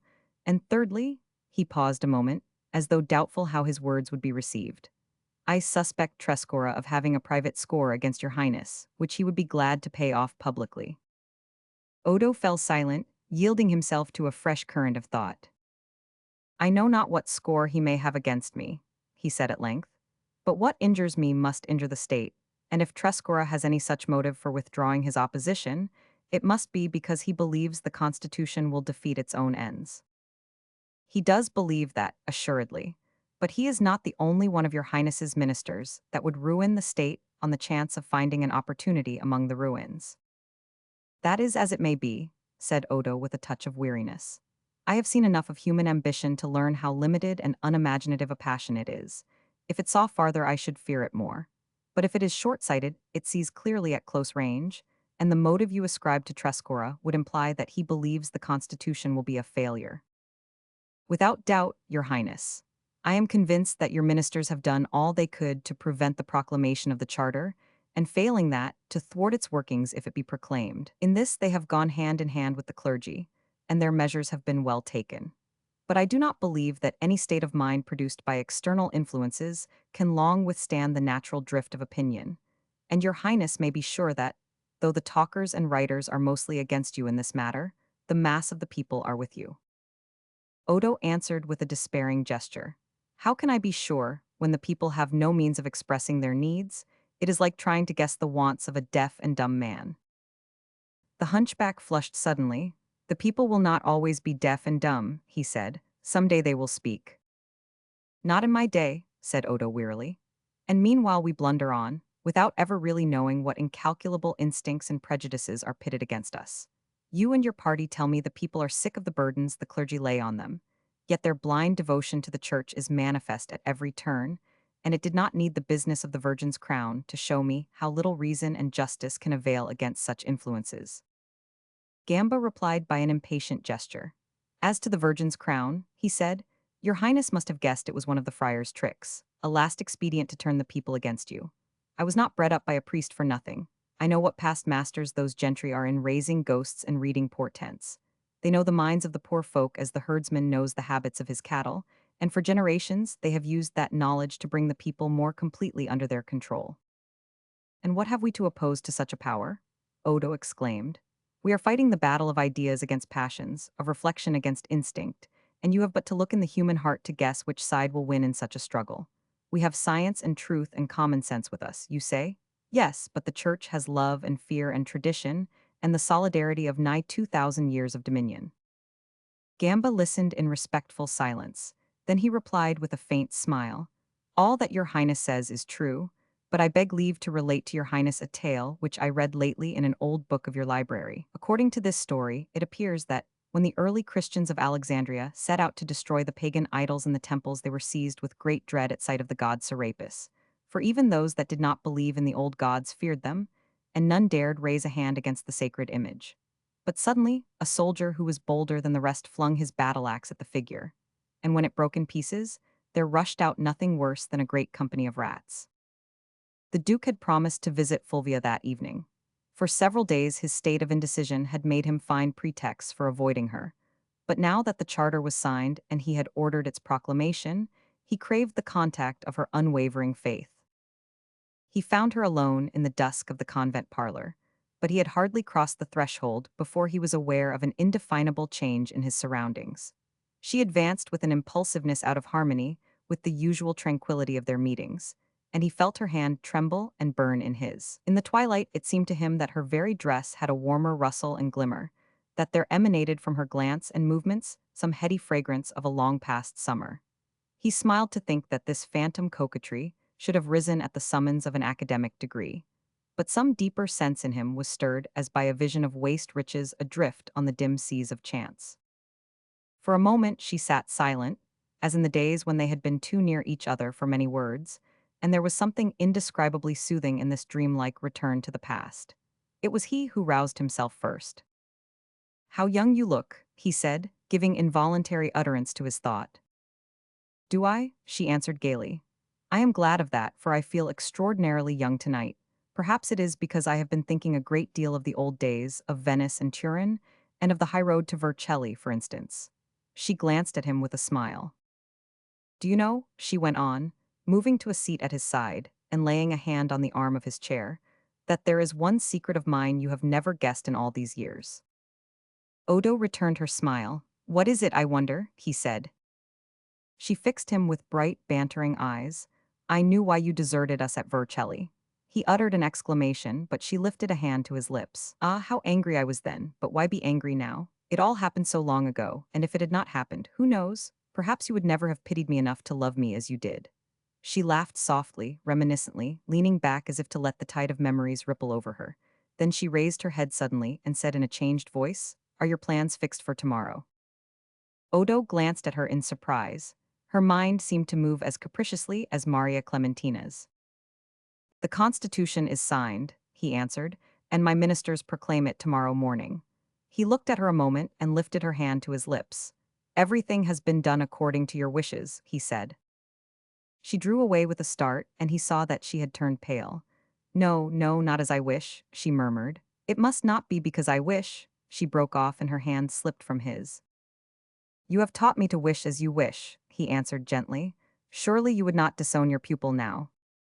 Her agitation increased. Do not call yourself that, she exclaimed. Not even in jest. What you have done has been done of your own choice, because you thought it best for your people. My nearness or absence could have made no difference. He looked at her with growing wonder. Why this sudden modesty? He said with a smile. I thought you prided yourself on your share in the great work. She tried to force an answering smile, but the curve broke into a quiver of distress, and she came close to him, with a gesture that seemed to take flight from herself. Don't say it, she broke out. What right have they to call it my doing? I but stood aside and watched you and gloried in you. Is there any guilt to a woman in that? She clung to him a moment, hiding her face in his breast. He loosened her arms gently that he might draw back and look at her. Fulvia, he asked, what ails you? You are not yourself tonight. Has anything happened to distress you? Have you been annoyed or alarmed in any way? It is not possible, he broke off, that Trescora has been here. She drew away, flushed and protesting. No, no, she exclaimed. Why should Trescora come here? Why should you fancy that anyone has been here? I am excited, I know, I talk idly, but it is because I have been thinking too long of these things. Of what things? Of what people say? How can one help hearing that? I sometimes fancy that the more withdrawn one lives, the more distinctly one hears the outer noises. But why should you heed the outer noises? You have never done so before. Perhaps I was wrong not to do so before. Perhaps I should have listened sooner. Perhaps others have seen, understood sooner than I. Oh, the thought is intolerable. She moved a pace or two away, and then, regaining the mastery of her lips and eyes, turned to him with a show of calmness. Your heart was never in this charter, she began. Fulvia, he cried protestingly, but she lifted a silencing hand. Ah, I have seen it, I have felt it, but I was never willing to own that you were right. My pride in you blinded me, I suppose. I could not bear to dream any fate for you but the greatest. I saw you always leading events rather than waiting on them, but true greatness lies in the man, not in his actions. Compromise, delay, renunciation, these may be as heroic as conflict. A woman's vision is so narrow that I did not see this at first. You have always told me that I looked only at one side of the question, but I see the other side now. I see that you were right. Odo stood silent. He had followed her with growing wonder. A volte-face so little in keeping with her mental habits immediately struck him as a feint, yet so strangely did it accord with his own secret reluctances that these inclined him to let it pass unquestioned. Some instinctive loyalty to his past checked the temptation. I am not sure that I understand you, he said slowly.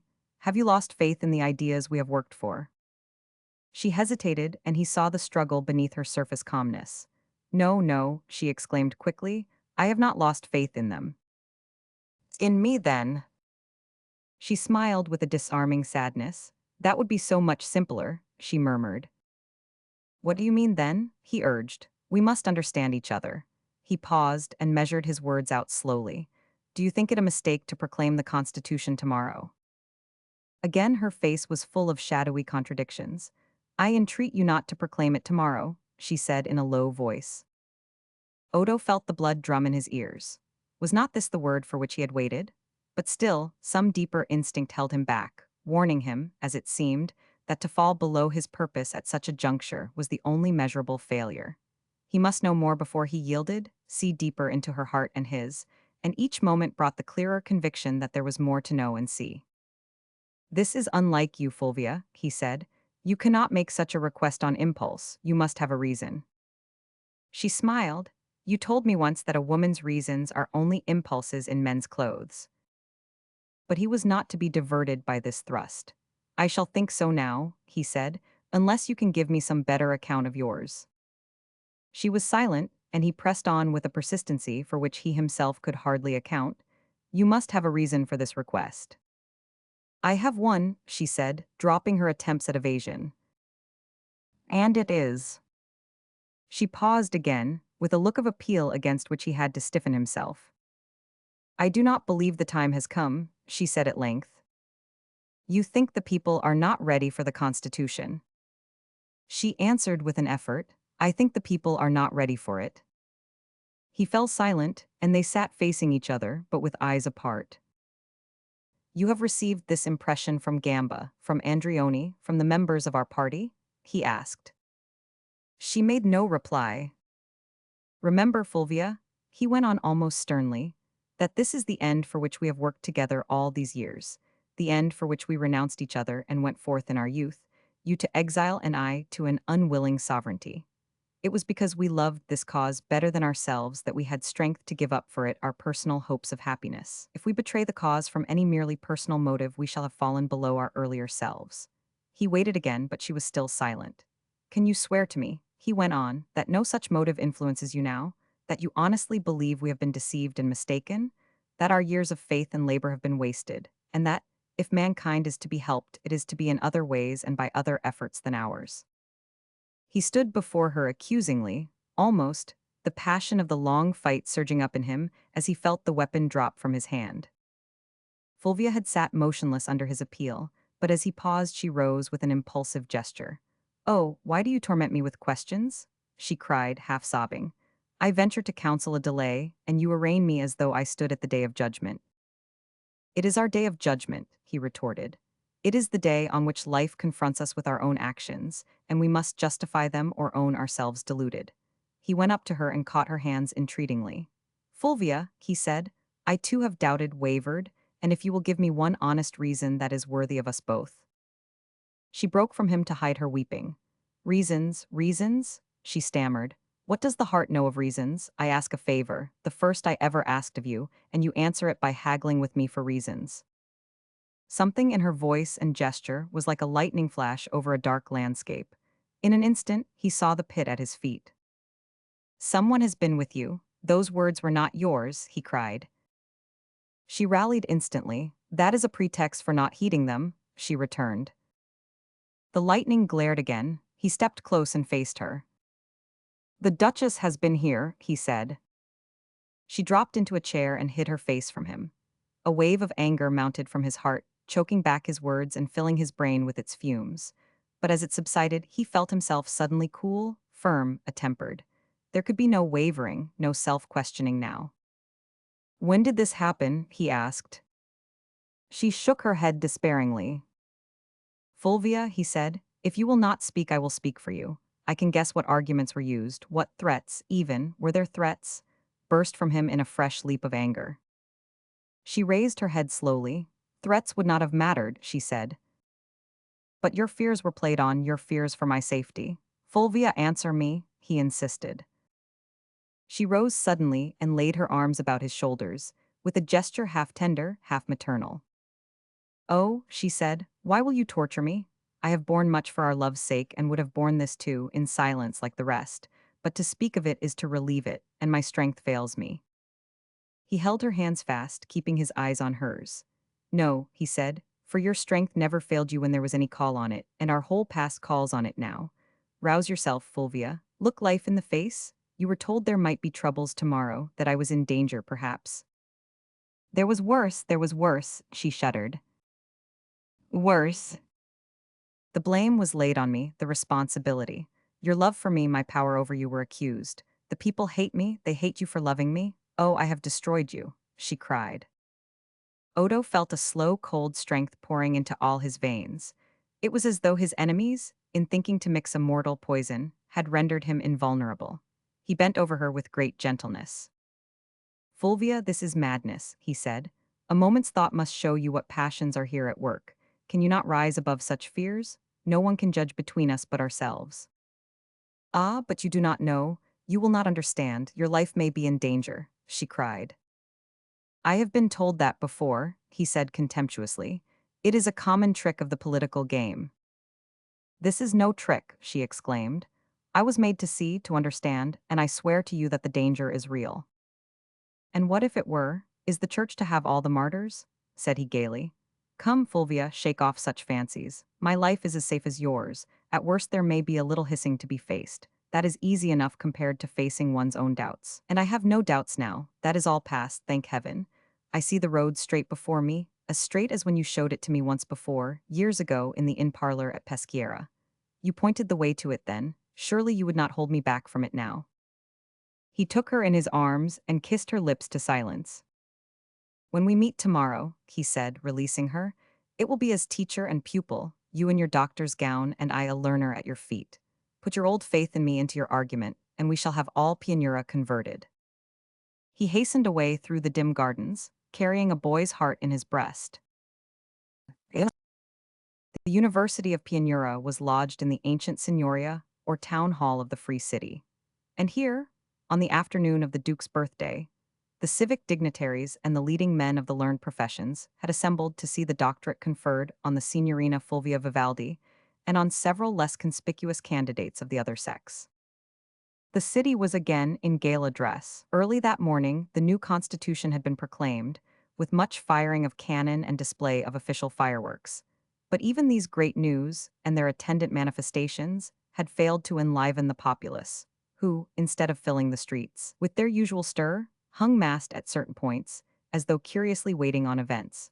There are few sights more ominous than that of a crowd thus observing itself, watching in inconscient suspense for the unknown crisis which its own passions have engendered. It was known that His Highness, after the public banquet at the palace, was to proceed in state to the university, and the throng was thick about the palace gates and in the streets betwixt it and the signoria. Here the square was close-backed, and every window choked with gazers, as the Duke's coach came in sight, escorted meagerly by his equerries and the half-dozen light horse that preceded him.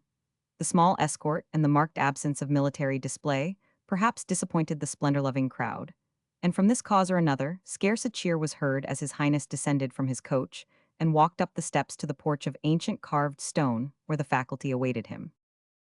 The hall was already filled with students and graduates, and with the guests of the university. Through this grave assemblage, the Duke passed up to the row of armchairs beneath the dais at the farther end of the room. Trescora, who was to have attended His Highness, had excused himself on the plea of indisposition, and only a few gentlemen in waiting accompanied the Duke. But in the brown half-light of the old Gothic hall, their glittering uniforms contrasted brilliantly with the black gowns of the students and the sober broadcloth of the learned professions. A discreet murmur of enthusiasm rose at their approach, mounting almost to a cheer as the Duke bowed before taking his seat, for the audience represented the class most in sympathy with his policy and most confident of its success. The meetings of the faculty were held in the great council chamber, where the rectors of the old Free City had assembled, and such a setting was regarded as peculiarly appropriate to the present occasion. The fact was alluded to, with much wealth of historical and mythological analogy, by the president, who opened the ceremonies with a polysyllabic Latin oration, in which the Duke was compared to Apollo, Hercules, and Jason, as well as to the flower of sublunary heroes. This feat of rhetoric over, the candidates were called on to advance and receive their degrees. The men came first, profiting by the momentary advantage of sex, but clearly aware of its inability to confer even momentary importance in the eyes of the impatient audience. A pause followed, and then Fulvia appeared. Against the red-robed faculty at the back of the dais, she stood tall and slender in her black cap and gown. The high windows of painted glass shed a paleness on her face, but her carriage was light and assured as she advanced to the president and knelt to receive her degree. The parchment was placed in her hand, the furred hood laid on her shoulders. Then, after another flourish of rhetoric, she was led to the lectern from which her discourse was to be delivered. Odo sat just below her, and as she took her place their eyes met for an instant. He was caught up in the serene exaltation of her look, as though she soared with him above wind and cloud to a region of unshadowed calm. Then her eyes fell and she began to speak. She had a pretty mastery of Latin, and though she had never before spoken in public, her poetical recitations, and the early habit of intercourse with her father's friends had given her a fair measure of fluency and self-possession. These qualities were raised to eloquence by the sweetness of her voice, and by the grave beauty which made the academic gown seem her natural wear, rather than a travesty of learning. Odo at first had some difficulty in fixing his attention on what she said, and when he controlled his thoughts, she was in the height of her panegyric of constitutional liberty. She had begun slowly, almost coldly, but now her theme possessed her. One by one, she evoked the familiar formulas with which his mind had once reverberated. They woke no echo in him now, but he saw that she could still set them ringing through the sensibilities of her hearers. As she stood there, a slight impassioned figure, warming to her high argument, his sense of irony was touched by the incongruity of her background. The wall behind her was covered by an ancient fresco, fast fading under its touches of renewed gilding, and representing the patron scholars of the medieval world. The theologians, lawgivers, and logicians, under whose protection the free city had placed its budding liberties. There they sat, rigid and sumptuous on their Gothic thrones, Origen, Zeno, David, Lycurgus, Aristotle, listening in a kind of cataleptic helplessness to a confession of faith that scattered their doctrines to the winds. As he looked and listened, a weary sense of the reitrance of things came over him. For what were these ancient manipulators of ideas, prestidigitators of a vanished world of thought, but the forebears of the long line of theorists of whom Fulvia was the last inconscient mouthpiece? The new game was still played with the old counters, the new jugglers repeated the old tricks, and the very words now poured out in defense of the new cause were but mercenaries scarred in the service of its enemies. For generations, for centuries, man had fought on, crying for liberty, dreaming it was won, waking to find himself the slave of the new forces he had generated, burning and being burnt for the same beliefs under different guises, calling his instinct ideas and his ideas revelations, destroying, rebuilding, falling, rising, mending broken weapons, championing extinct illusions, mistaking his failures for achievements and planting his flag on the ramparts as they fell. And as the vision of this inveterate conflict rose before him, Odo saw that the beauty, the power, the immortality, dwelt not in the idea but in the struggle for it. His resistance yielded as this sense stole over him, and with an almost physical relief he felt himself drawn once more into the familiar current of emotion. Yes, it was better after all to be one of that great unconquerable army, though like the Trojans fighting for a phantom Helen, they might be doing battle for the shadow of a shade. Better to march in their ranks, endure with them, fight with them, fall with them, than to miss the great enveloping sense of brotherhood that turned defeat to victory. As the conviction grew in him, Fulvia's words regained their lost significance. Through the set mask of language, the living thoughts looked forth, old indeed as the world, but renewed with the new life of every heart that bore them. She had left the abstract and dropped to concrete issues, to the gift of the Constitution, the benefits and obligations it implied, the new relations it established between ruler and subject, and between man and man. Odo saw that she approached the question without flinching. No trace remained of the trembling woman who had clung to him the night before. Her old convictions repossessed her, and she soared above human fears.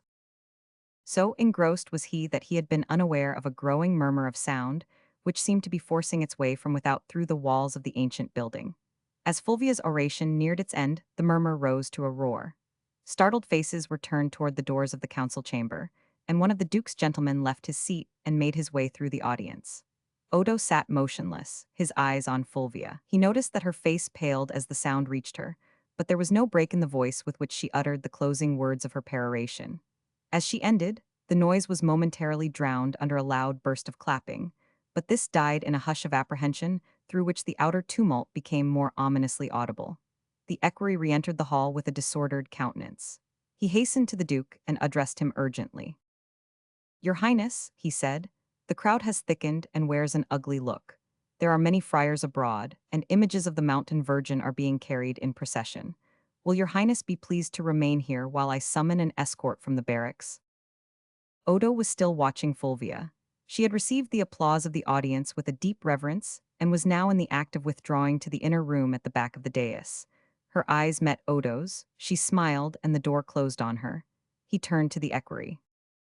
"There is no need of an escort," he said. "I trust my people if they do not trust me. But, Your Highness, the streets are full of demagogues who have been haranguing the people since morning. The crowd is shouting against the Constitution and against the Signorina Vivaldi."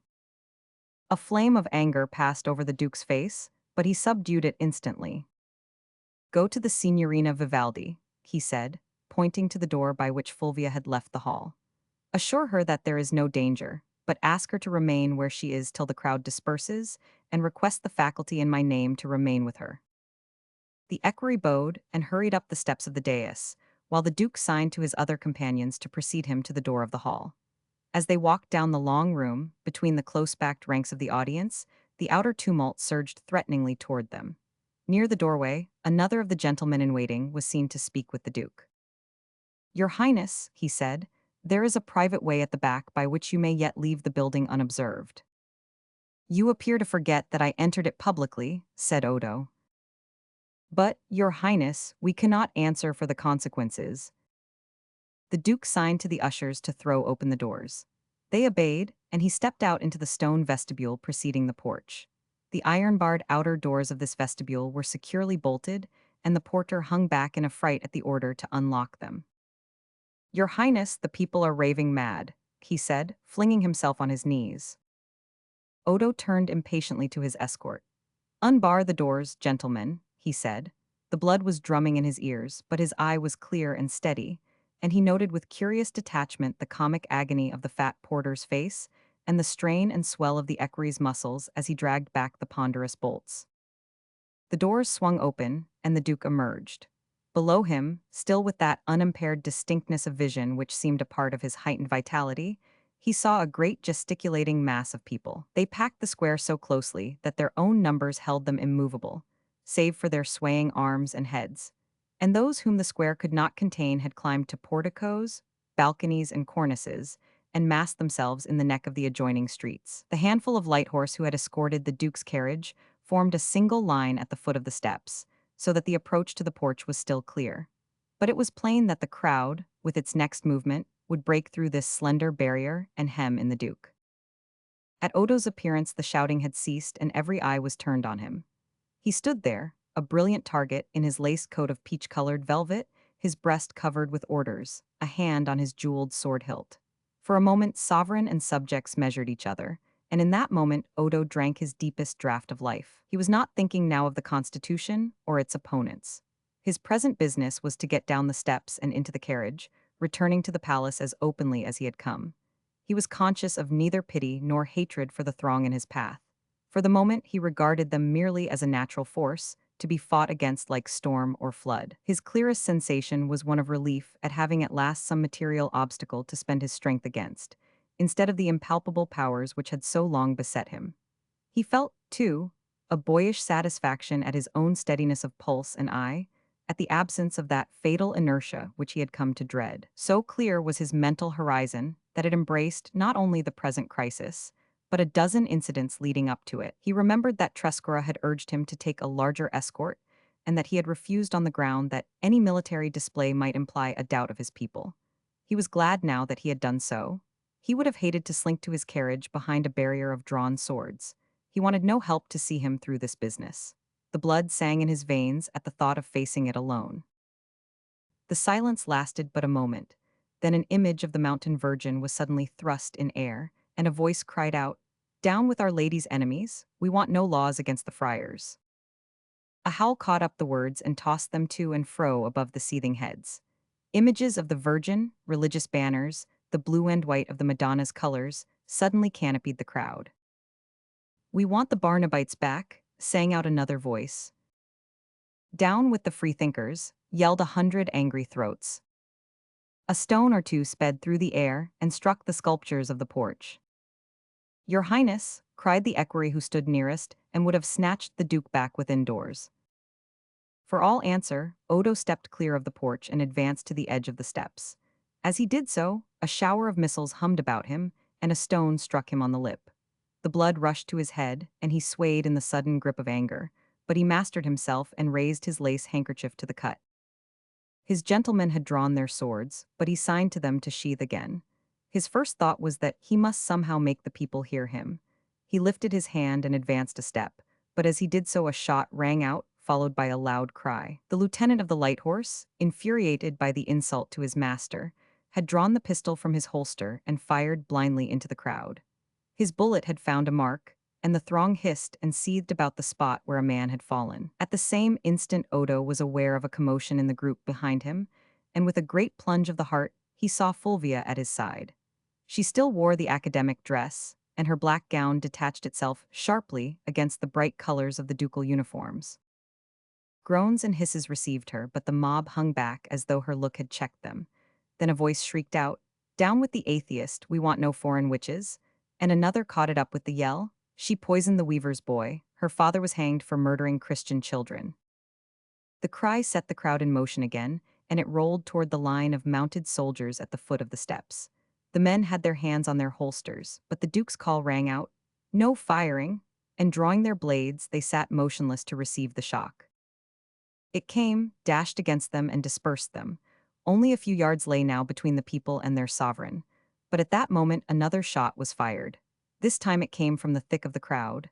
The equerries' swords leapt forth again, and they closed around the Duke and Fulvia. "Save yourself, sir, back into the building," one of the gentlemen shouted, but Odo had no eyes for what was coming. For as the shot was heard, he had seen a change in Fulvia.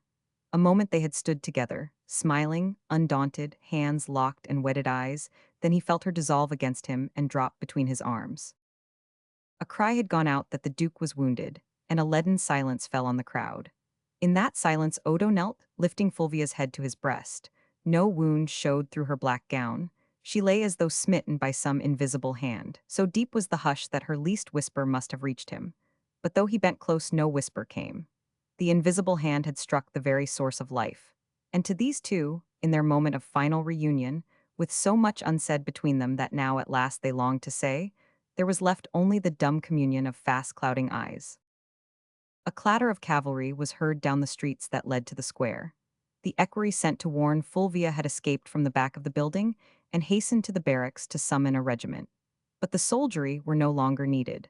The blind fury of the mob had died of its own excess. The rumor that the Duke was hurt brought a chill reaction of dismay, and the rioters were already scattering when the cavalry came in sight. Their approach turned the slow dispersal to a stampede.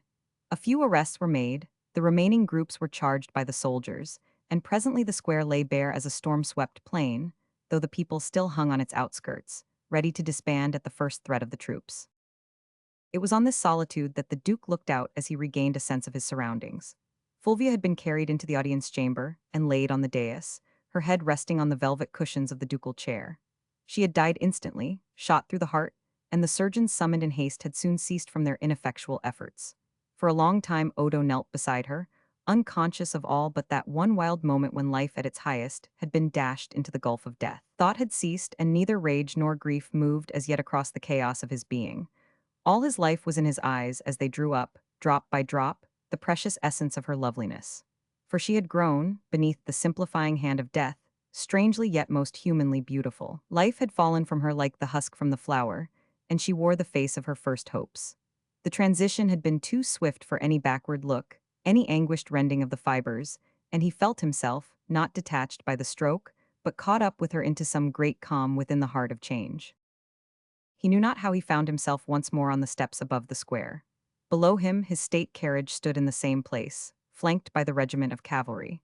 Down the narrow streets he saw the brooding cloud of people, and the sight roused his blood. They were his enemies now. He felt the warm hate in his veins. They were his enemies, and he would face them openly. No closed chariot guarded by troops, he would not have so much as a pane of glass between himself and his subjects. He descended the steps, bade the colonel of the regiment dismount, and sprang into his saddle. Then, at the head of his soldiers, at a foot pace, he rode back through the packed streets to the palace. In the palace, courtyard and vestibule were thronged with courtiers and lacqueys. He walked through them with his head high, the cut on his lip like the mark of a hot iron in the dead whiteness of his face. At the head of the great staircase Maria Clementina waited. She sprang forward, distraught and trembling, her face as blanched as his. "You are safe, you are not hurt," she stammered, catching at his hands. A shudder seized him as he put her aside. "Odo, Odo," she cried passionately and made as though to bar his way. He gave her a blind look and passed on down the long gallery to his closet. The joy of reprisals lasted no longer than a summer storm. To hurt, to silence, to destroy was too easy to be satisfying. The passions of his ancestors burned low in Odo's breast. Though he felt Braxioforte's fury in his veins, he could taste no answering gratification of revenge. And the spirit on which he would have spent his hatred was not here or there, as an embodied faction, but everywhere as an intangible influence. The aquatofana of his enemies had pervaded every fiber of the state.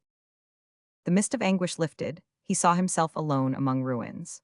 For a moment Fulvia's glowing faith had hung between him and a final vision of the truth, and as his convictions weakened, he had replaced them with an immense pity, an all-sufficing hope.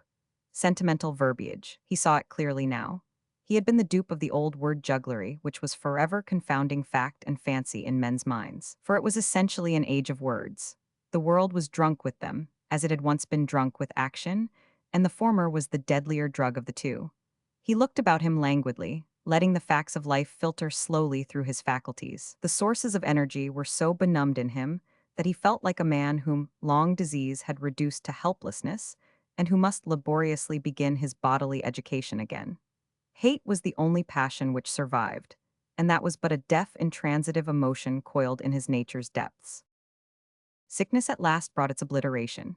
He sank into gulfs of weakness and oblivion, and when the rise of the tide floated him back to life, it was to a life as faint and colorless as infancy. Colorless, too, were the boundaries on which he looked out, the narrow enclosure of white walls, opening on a slit of pale spring landscape. His hands lay before him, white and helpless on the white coverlet of his bed. He raised his eyes and saw De Crucis at his side. Then he began to remember. There had been preceding intervals of consciousness, and in one of them, in answer perhaps to some vaguely uttered wish for light and air, he had been carried out of the palace and the city to the Benedictine monastery on its wooded knoll beyond the Piana. Then the veil had dropped again, and his spirit had wandered in a dim place of shades. There was a faint sweetness in coming back at last to familiar sights and sounds. They no longer hurt like pressure on an aching nerve. They seemed rather, now, the touch of a reassuring hand. As the contact with life became closer and more sustained, he began to watch himself curiously, wondering what instincts and habits of thought would survive his long mental death. It was with a bitter, almost pitiable disappointment that he found the old man growing again in him. Life, with a mocking hand, brought him the cast-off vesture of his past, and he felt himself gradually compressed again into the old passions and prejudices. Yet he wore them with a difference. They were a cramping garment rather than a living sheath.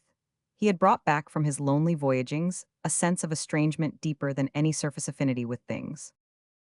As his physical strength returned, and he was able to leave his room and walk through the long corridors to the outer air, he felt the old spell which the life of Monte Cassino had cast on him. The quiet garden, with its clumps of box and lavender between paths converging to the statue of Saint Benedict, the cloisters paved with the monks' nameless graves, the traces of devotional painting left here and there on the weather-beaten walls, like fragments of prayer in a world-worn mind.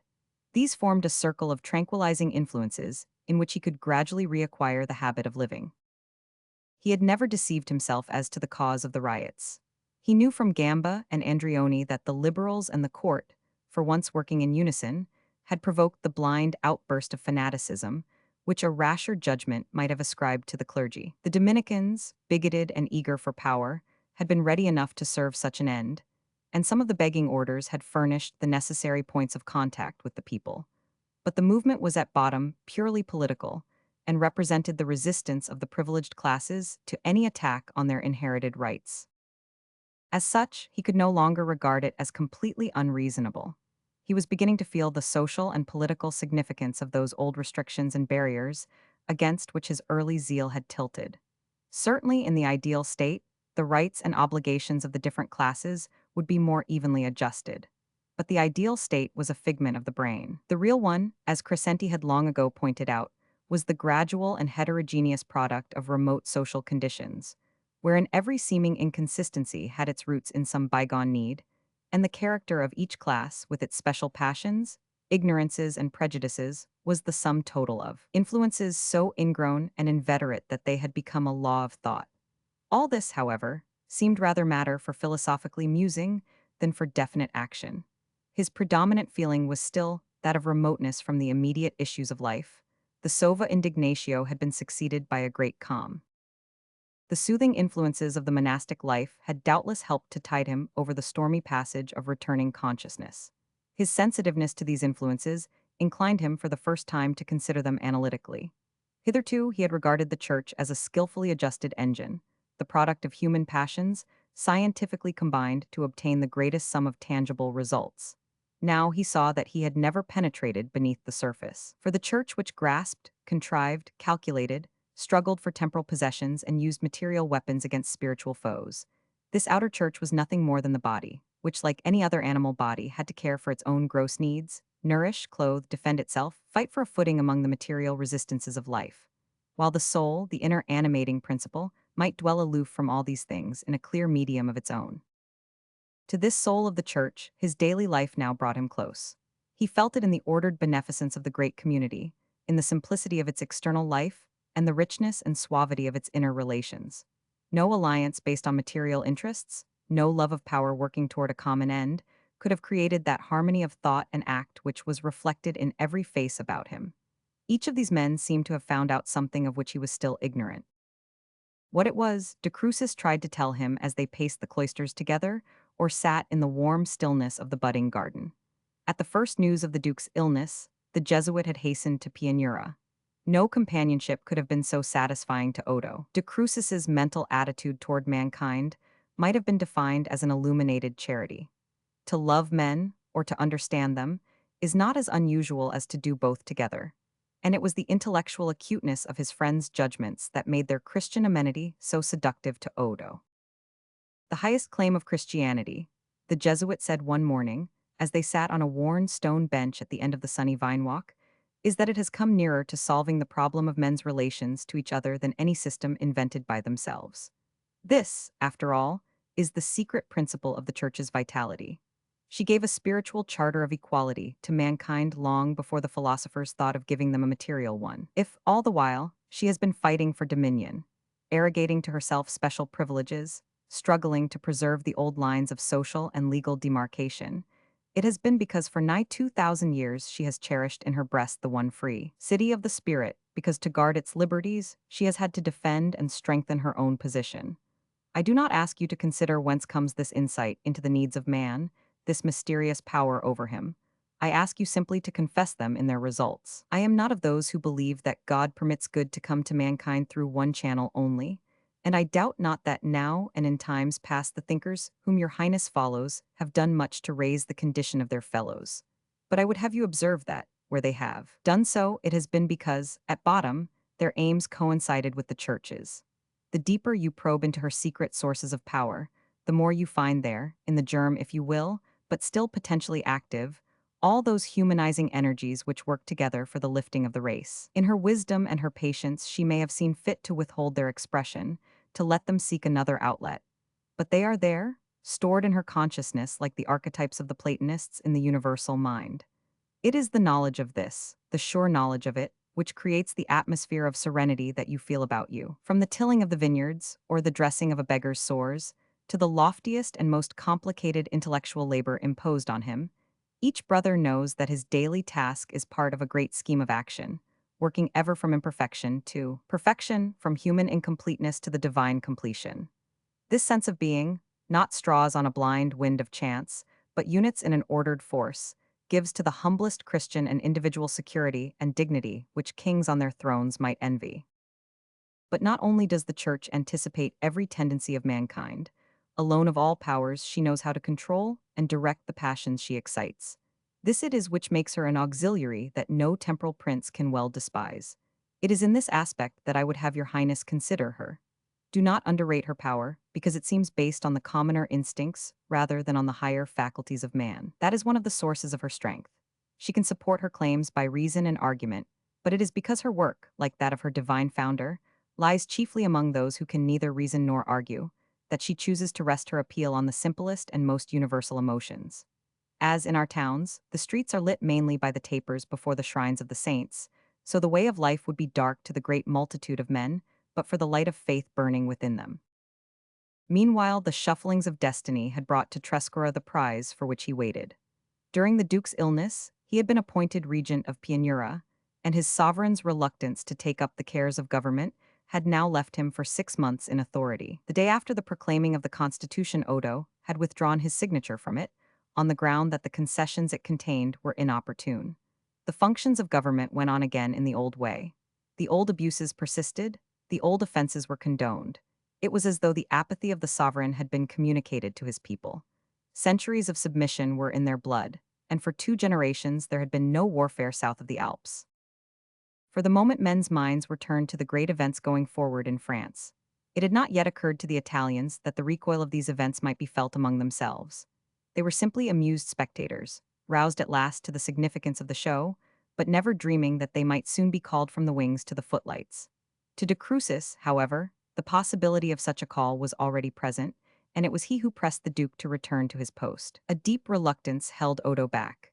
He would have liked to linger on in the monastery, leading the tranquil yet busy life of the monks, and trying to read the baffling riddle of its completeness. At that moment, it seemed to him of vastly more importance to discover the exact nature of the soul, whether it was in fact a metaphysical entity, as these men believed, or a mere secretion of the brain, as he had been taught to think, than to go back and govern his people. For what mattered the rest if he had been mistaken about the soul? With a start, he realized that he was going as his cousin had gone, that this was but another form of the fatal lethargy that hung upon his race. An effort of the will drew him back to Pianura and made him resume the semblance of authority, but it carried him no farther. Trescora ostensibly became prime minister, and in reality remained the head of the state. The Duke was present at the cabinet meetings, but took no part in the direction of affairs. His mind was lost in a maze of metaphysical speculations, and even these served him merely as some cunningly contrived toy with which to trick his leisure. His revocation of the charter had necessarily separated him from Gamba and the advanced liberals. He knew that the hunchback, ever scornful of expediency, charged him with disloyalty to the people, but such charges could no longer wound. The events following the Duke's birthday had served to crystallize the schemes of the little liberal group, and they now formed a campaign of active opposition to the government, attacking it by means of pamphlets and lampoons, and by such public speaking as the police allowed. The new professors of the university, ardently in sympathy with the constitutional movement, used their lectures as means of political teaching, and the old stronghold of dogma became the center of destructive criticism. But as yet these ideas formed but a single live point in the general numbness. 2 years passed in this way. North of the Alps, all Europe was convulsed, while Italy was still but a sleeper who tosses in his sleep. In the two Sicilies, the arrogance and perfidy of the government gave a few martyrs to the cause, and in Bologna there was a brief revolutionary outbreak. But for the most part, the Italian states were sinking into inanition. Venice, by recalling her fleet from Greece, let fall the dominion of the sea. 20 years earlier, Genoa had basely yielded Corsica to France. The Pope condemned the French for their outrages on religion, and his subjects murdered Basville, the agent of the new republic. The sympathies and impulses of the various states were as contradictory as they were ineffectual. Meanwhile, in France, Europe was trying to solve at a stroke the problems of 1,000 years. All the repressed passions which civilization had sought, however imperfectly, to curb, stalked abroad destructive as flood and fire. The great generation of the encyclopedists had passed away, and the teachings of Rousseau had prevailed over those of Montesquieu and Voltaire. The sober sense of the economists was swept aside by the sound and fury of the demagogues, and France was become a very Babel of tongues. The old malady of words had swept over the world like a pestilence. To the little Italian courts, still dozing in fancied security under the wing of Bourbon and Habsburg suzerains, these rumors were borne by the wild flight of emigrants, dead leaves loosened by the first blast of the storm. Month by month, they poured across the Alps in ever-increasing numbers, bringing confused contradictory tales of anarchy and outrage. Among those whom chance thus carried to Pianura were certain familiars of the Duke's earlier life. The Count Alfieri and his royal mistress, flying from Paris, and arriving breathless with the tale of their private injuries. To the poet of revolt, this sudden realization of his doctrines seemed in fact a purely personal outrage. It was as though a man writing an epic poem on an earthquake should suddenly find himself engulfed. To Alfieri, the downfall of the French monarchy and the triumph of democratic ideas meant simply that his French investments had shrunk to nothing, and that he, the greatest poet of the age, had been obliged, at an immense sacrifice of personal dignity, to plead with a drunken mob for leave to escape from Paris. To the wider aspect of the tragic farce, as he called it, his eyes remained obstinately closed. He viewed the whole revolutionary movement as a conspiracy against his comfort, and boasted that during his enforced residence in France, he had not so much as exchanged a word with one of the French slaves, instigators of false liberty. who, by trying to put into action the principles taught in his previous works, had so grievously interfered with the composition of fresh masterpieces. The royal pretensions of the Countess of Albany, pretensions affirmed rather than abated as the tide of revolution rose, made it impossible that she should be received at the court of Pianura. But the Duke found a mild entertainment in Alfieri's company. The poet's revulsion of feeling seemed to Odo like the ironic laughter of the fates. His thoughts returned to the midnight meetings of the honey bees, and to the first vision of that face which men had lain down their lives to see. Men had looked on that face since then, and its horror was reflected in their own. Other fugitives to Pianura brought another impression of events, that comic note which life, the supreme dramatic artist, never omits from her tragedies.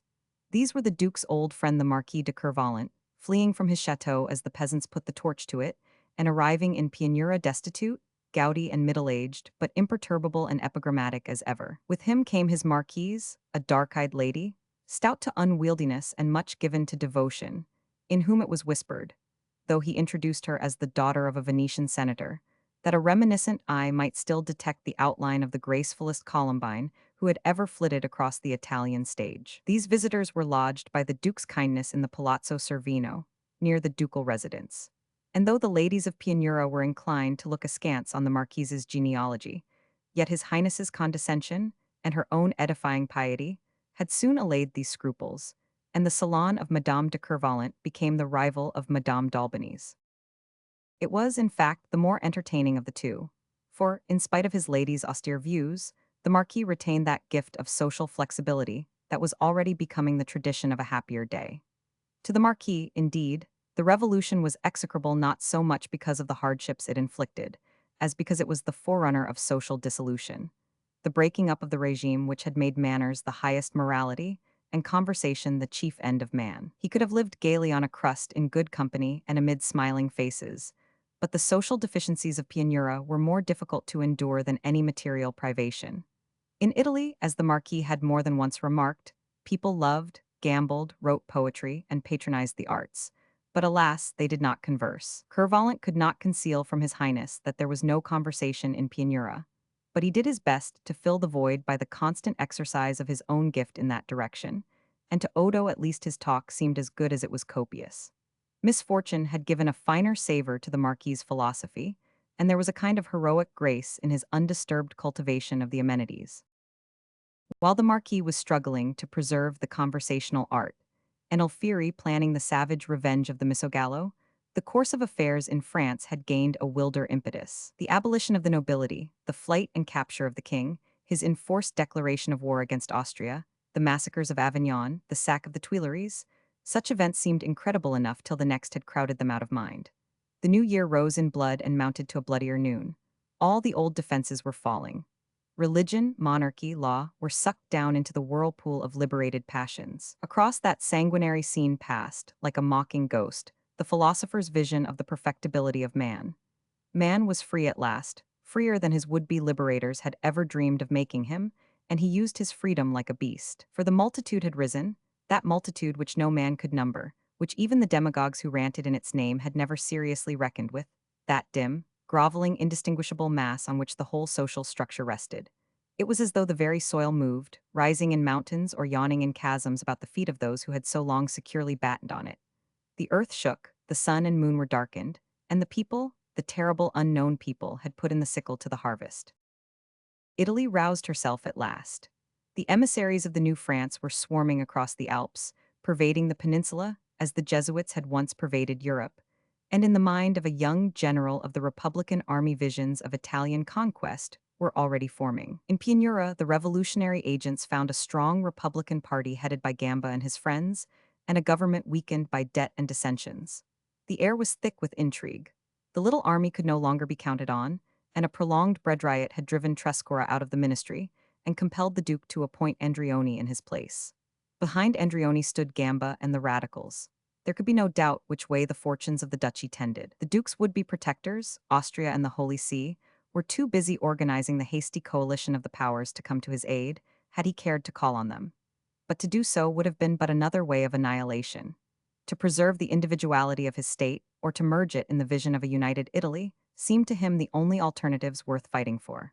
The former was a futile dream. The latter seemed for a brief moment possible. Piedmont, ever loyal to the monarchical principle, was calling on her sister states to arm themselves against the French invasion.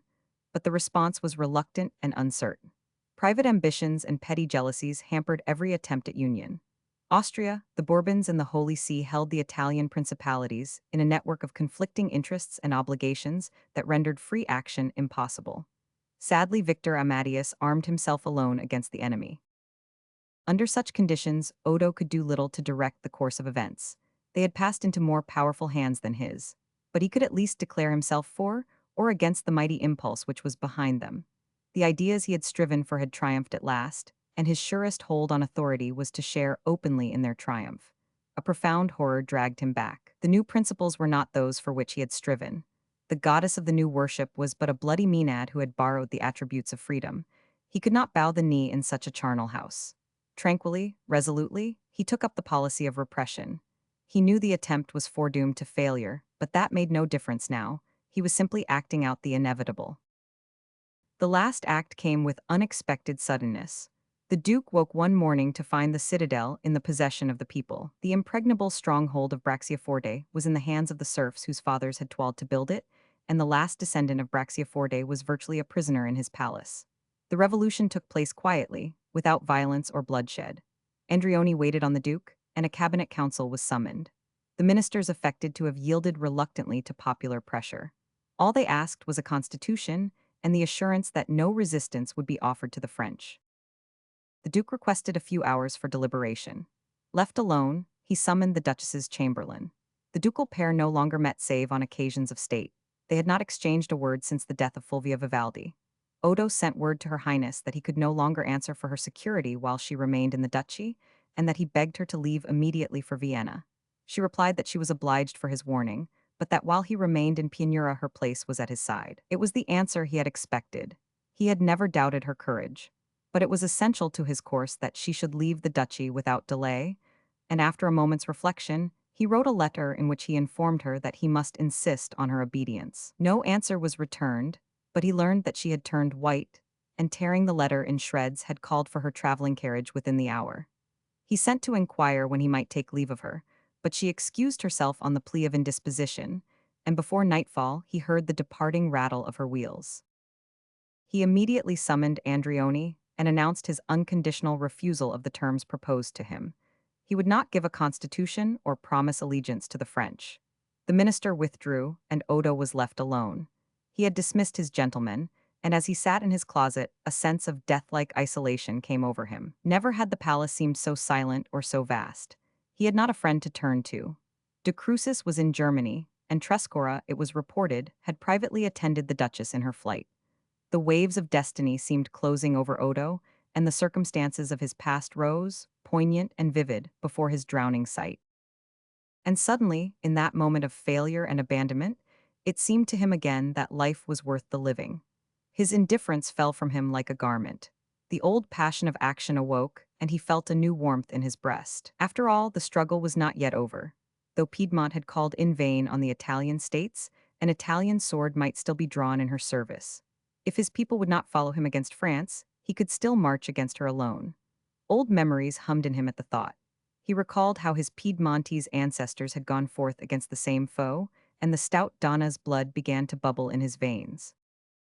A knock roused him, and Gamba entered by the private way. His appearance was not unexpected to Odo, and served only to reinforce his newfound energy. He felt that the issue was at hand. As he expected, Gamba had been sent to put before him, more forcibly and unceremoniously, the veiled threat of the ministers. But the hunchback had come also to plead with his master in his own name, and in the name of the ideas for which they had once labored together. He could not believe that the Duke's reaction was more than momentary. He could not calculate the strength of the old associations which, now that the tide had set the other way, were dragging Odo back to the beliefs and traditions of his caste. The Duke listened in silence, then he said, "Discussion is idle. I have no answer to give but that which I have already given." He rose from his seat in token of dismissal. The moment was painful to both men. Gamba drew nearer and fell at the Duke's feet. "Your Highness," he said, "consider what this means. We hold the state in our hands. If you are against us, you are powerless. If you are with us, we can promise you more power than you ever dreamed of possessing." The Duke looked at him with a musing smile. "It is as though you offered me gold in a desert island," he said. "Do not waste such poor bribes on me. I care for no power but the power to wipe out the work of these last years. Failing that, I want nothing that you or any other man can give." Gamba was silent a moment. He turned aside into the embrasure of the window, and when he spoke again, it was in a voice broken with grief. "Your Highness," he said, "if your choice is made, ours is made also. It is a hard choice, but these are fratricidal hours. We have come to the parting of the ways." The Duke made no sign, and Gamba went on with gathering anguish. "We would have gone to the world's end with your Highness for our leader." "With a leader whom you could lead," Odo interposed. He went up to Gamba and laid a hand on his shoulder. "Speak out, man," he said. "Say what you were sent to say. Am I a prisoner?" The hunchback burst into tears. Odo, with his arms crossed, stood leaning against the window. The other's anguish seemed to deepen his detachment. Your Highness," Gamba stammered. The Duke made an impatient gesture. "Come, make an end," he said. Gamba fell back with a profound bow. "We do not ask the surrender of your Highness's person," he said. "Not even that?" Odo returned with a faint sneer. Gamba flushed to the temples, but the retort died on his lips. "Your Highness," he said, scarce above a whisper, "the gates are guarded, but the word for tonight is humilitas." He knelt and kissed Odo's hand. Then he rose and passed out of the room. Before dawn, the Duke left the palace. The high emotions of the night had ebbed. He saw himself now, in the ironic light of morning, as a fugitive too harmless to be worth pursuing. His enemies had let him keep his sword because they had no cause to fear it. Alone he passed through the gardens of the palace and out into the desert darkness of the streets. Skirting the wall of the Benedictine convent where Fulvia had lodged, he gained a street leading to the marketplace. In the pallor of the waning night, the ancient monuments of his race stood up mournful and deserted as a line of tombs. The city seemed a graveyard, and he the ineffectual ghost of its dead past. He reached the gates and gave the watchword. The gates were guarded, as he had been advised, but the captain of the watch let him pass without show of hesitation or curiosity. Though he made no effort at disguise, he went forth unrecognized, and the city closed her doors on him as carelessly as on any passing wanderer. Beyond the gates, a lad from the ducal stables waited with a horse. Odo sprang into the saddle and rode on toward Pontesordo. The darkness was growing thinner, and the meager details of the landscape, with its huddled farmhouses and mulberry orchards, began to define themselves as he advanced. To his left the field stretched, gray and sodden. Ahead, on his right, hung the dark woods of the ducal chase. Presently a bend of the road brought him within sight of the keep of Pontesordo. His way led past it, toward Valsecca, but some obscure instinct laid a detaining hand on him, and at the crossroads he bent to the right and rode across the marshland to the old manor house. The farmyard lay hushed and deserted. The peasants who lived there would soon be afoot, but for the moment Odo had the place to himself. He tethered his horse to a gate post and walked across the rough cobblestones to the chapel. Its floor was still heaped with farm tools and dried vegetables, and in the dimness, a heavier veil of dust seemed to obscure the painted walls. Odo advanced, picking his way among broken plowshares and stacks of maize, till he stood near the old marble altar, with its sea gods and acanthus volutes. The place laid its tranquilizing hush on him, and he knelt on the step beneath the altar. Something stirred in him as he knelt there. A prayer, yet not a prayer? A reaching out, obscure and inarticulate, toward all that had survived of his early hopes and faiths. A loosening of old founts of pity, a longing to be somehow, somewhere reunited to his old belief in life. How long he knelt he knew not, but when he looked up the chapel was full of a pale light, and in the first shaft of the sunrise, the face of St. Francis shone out on him. He went forth into the daybreak and rode away toward Piedmont.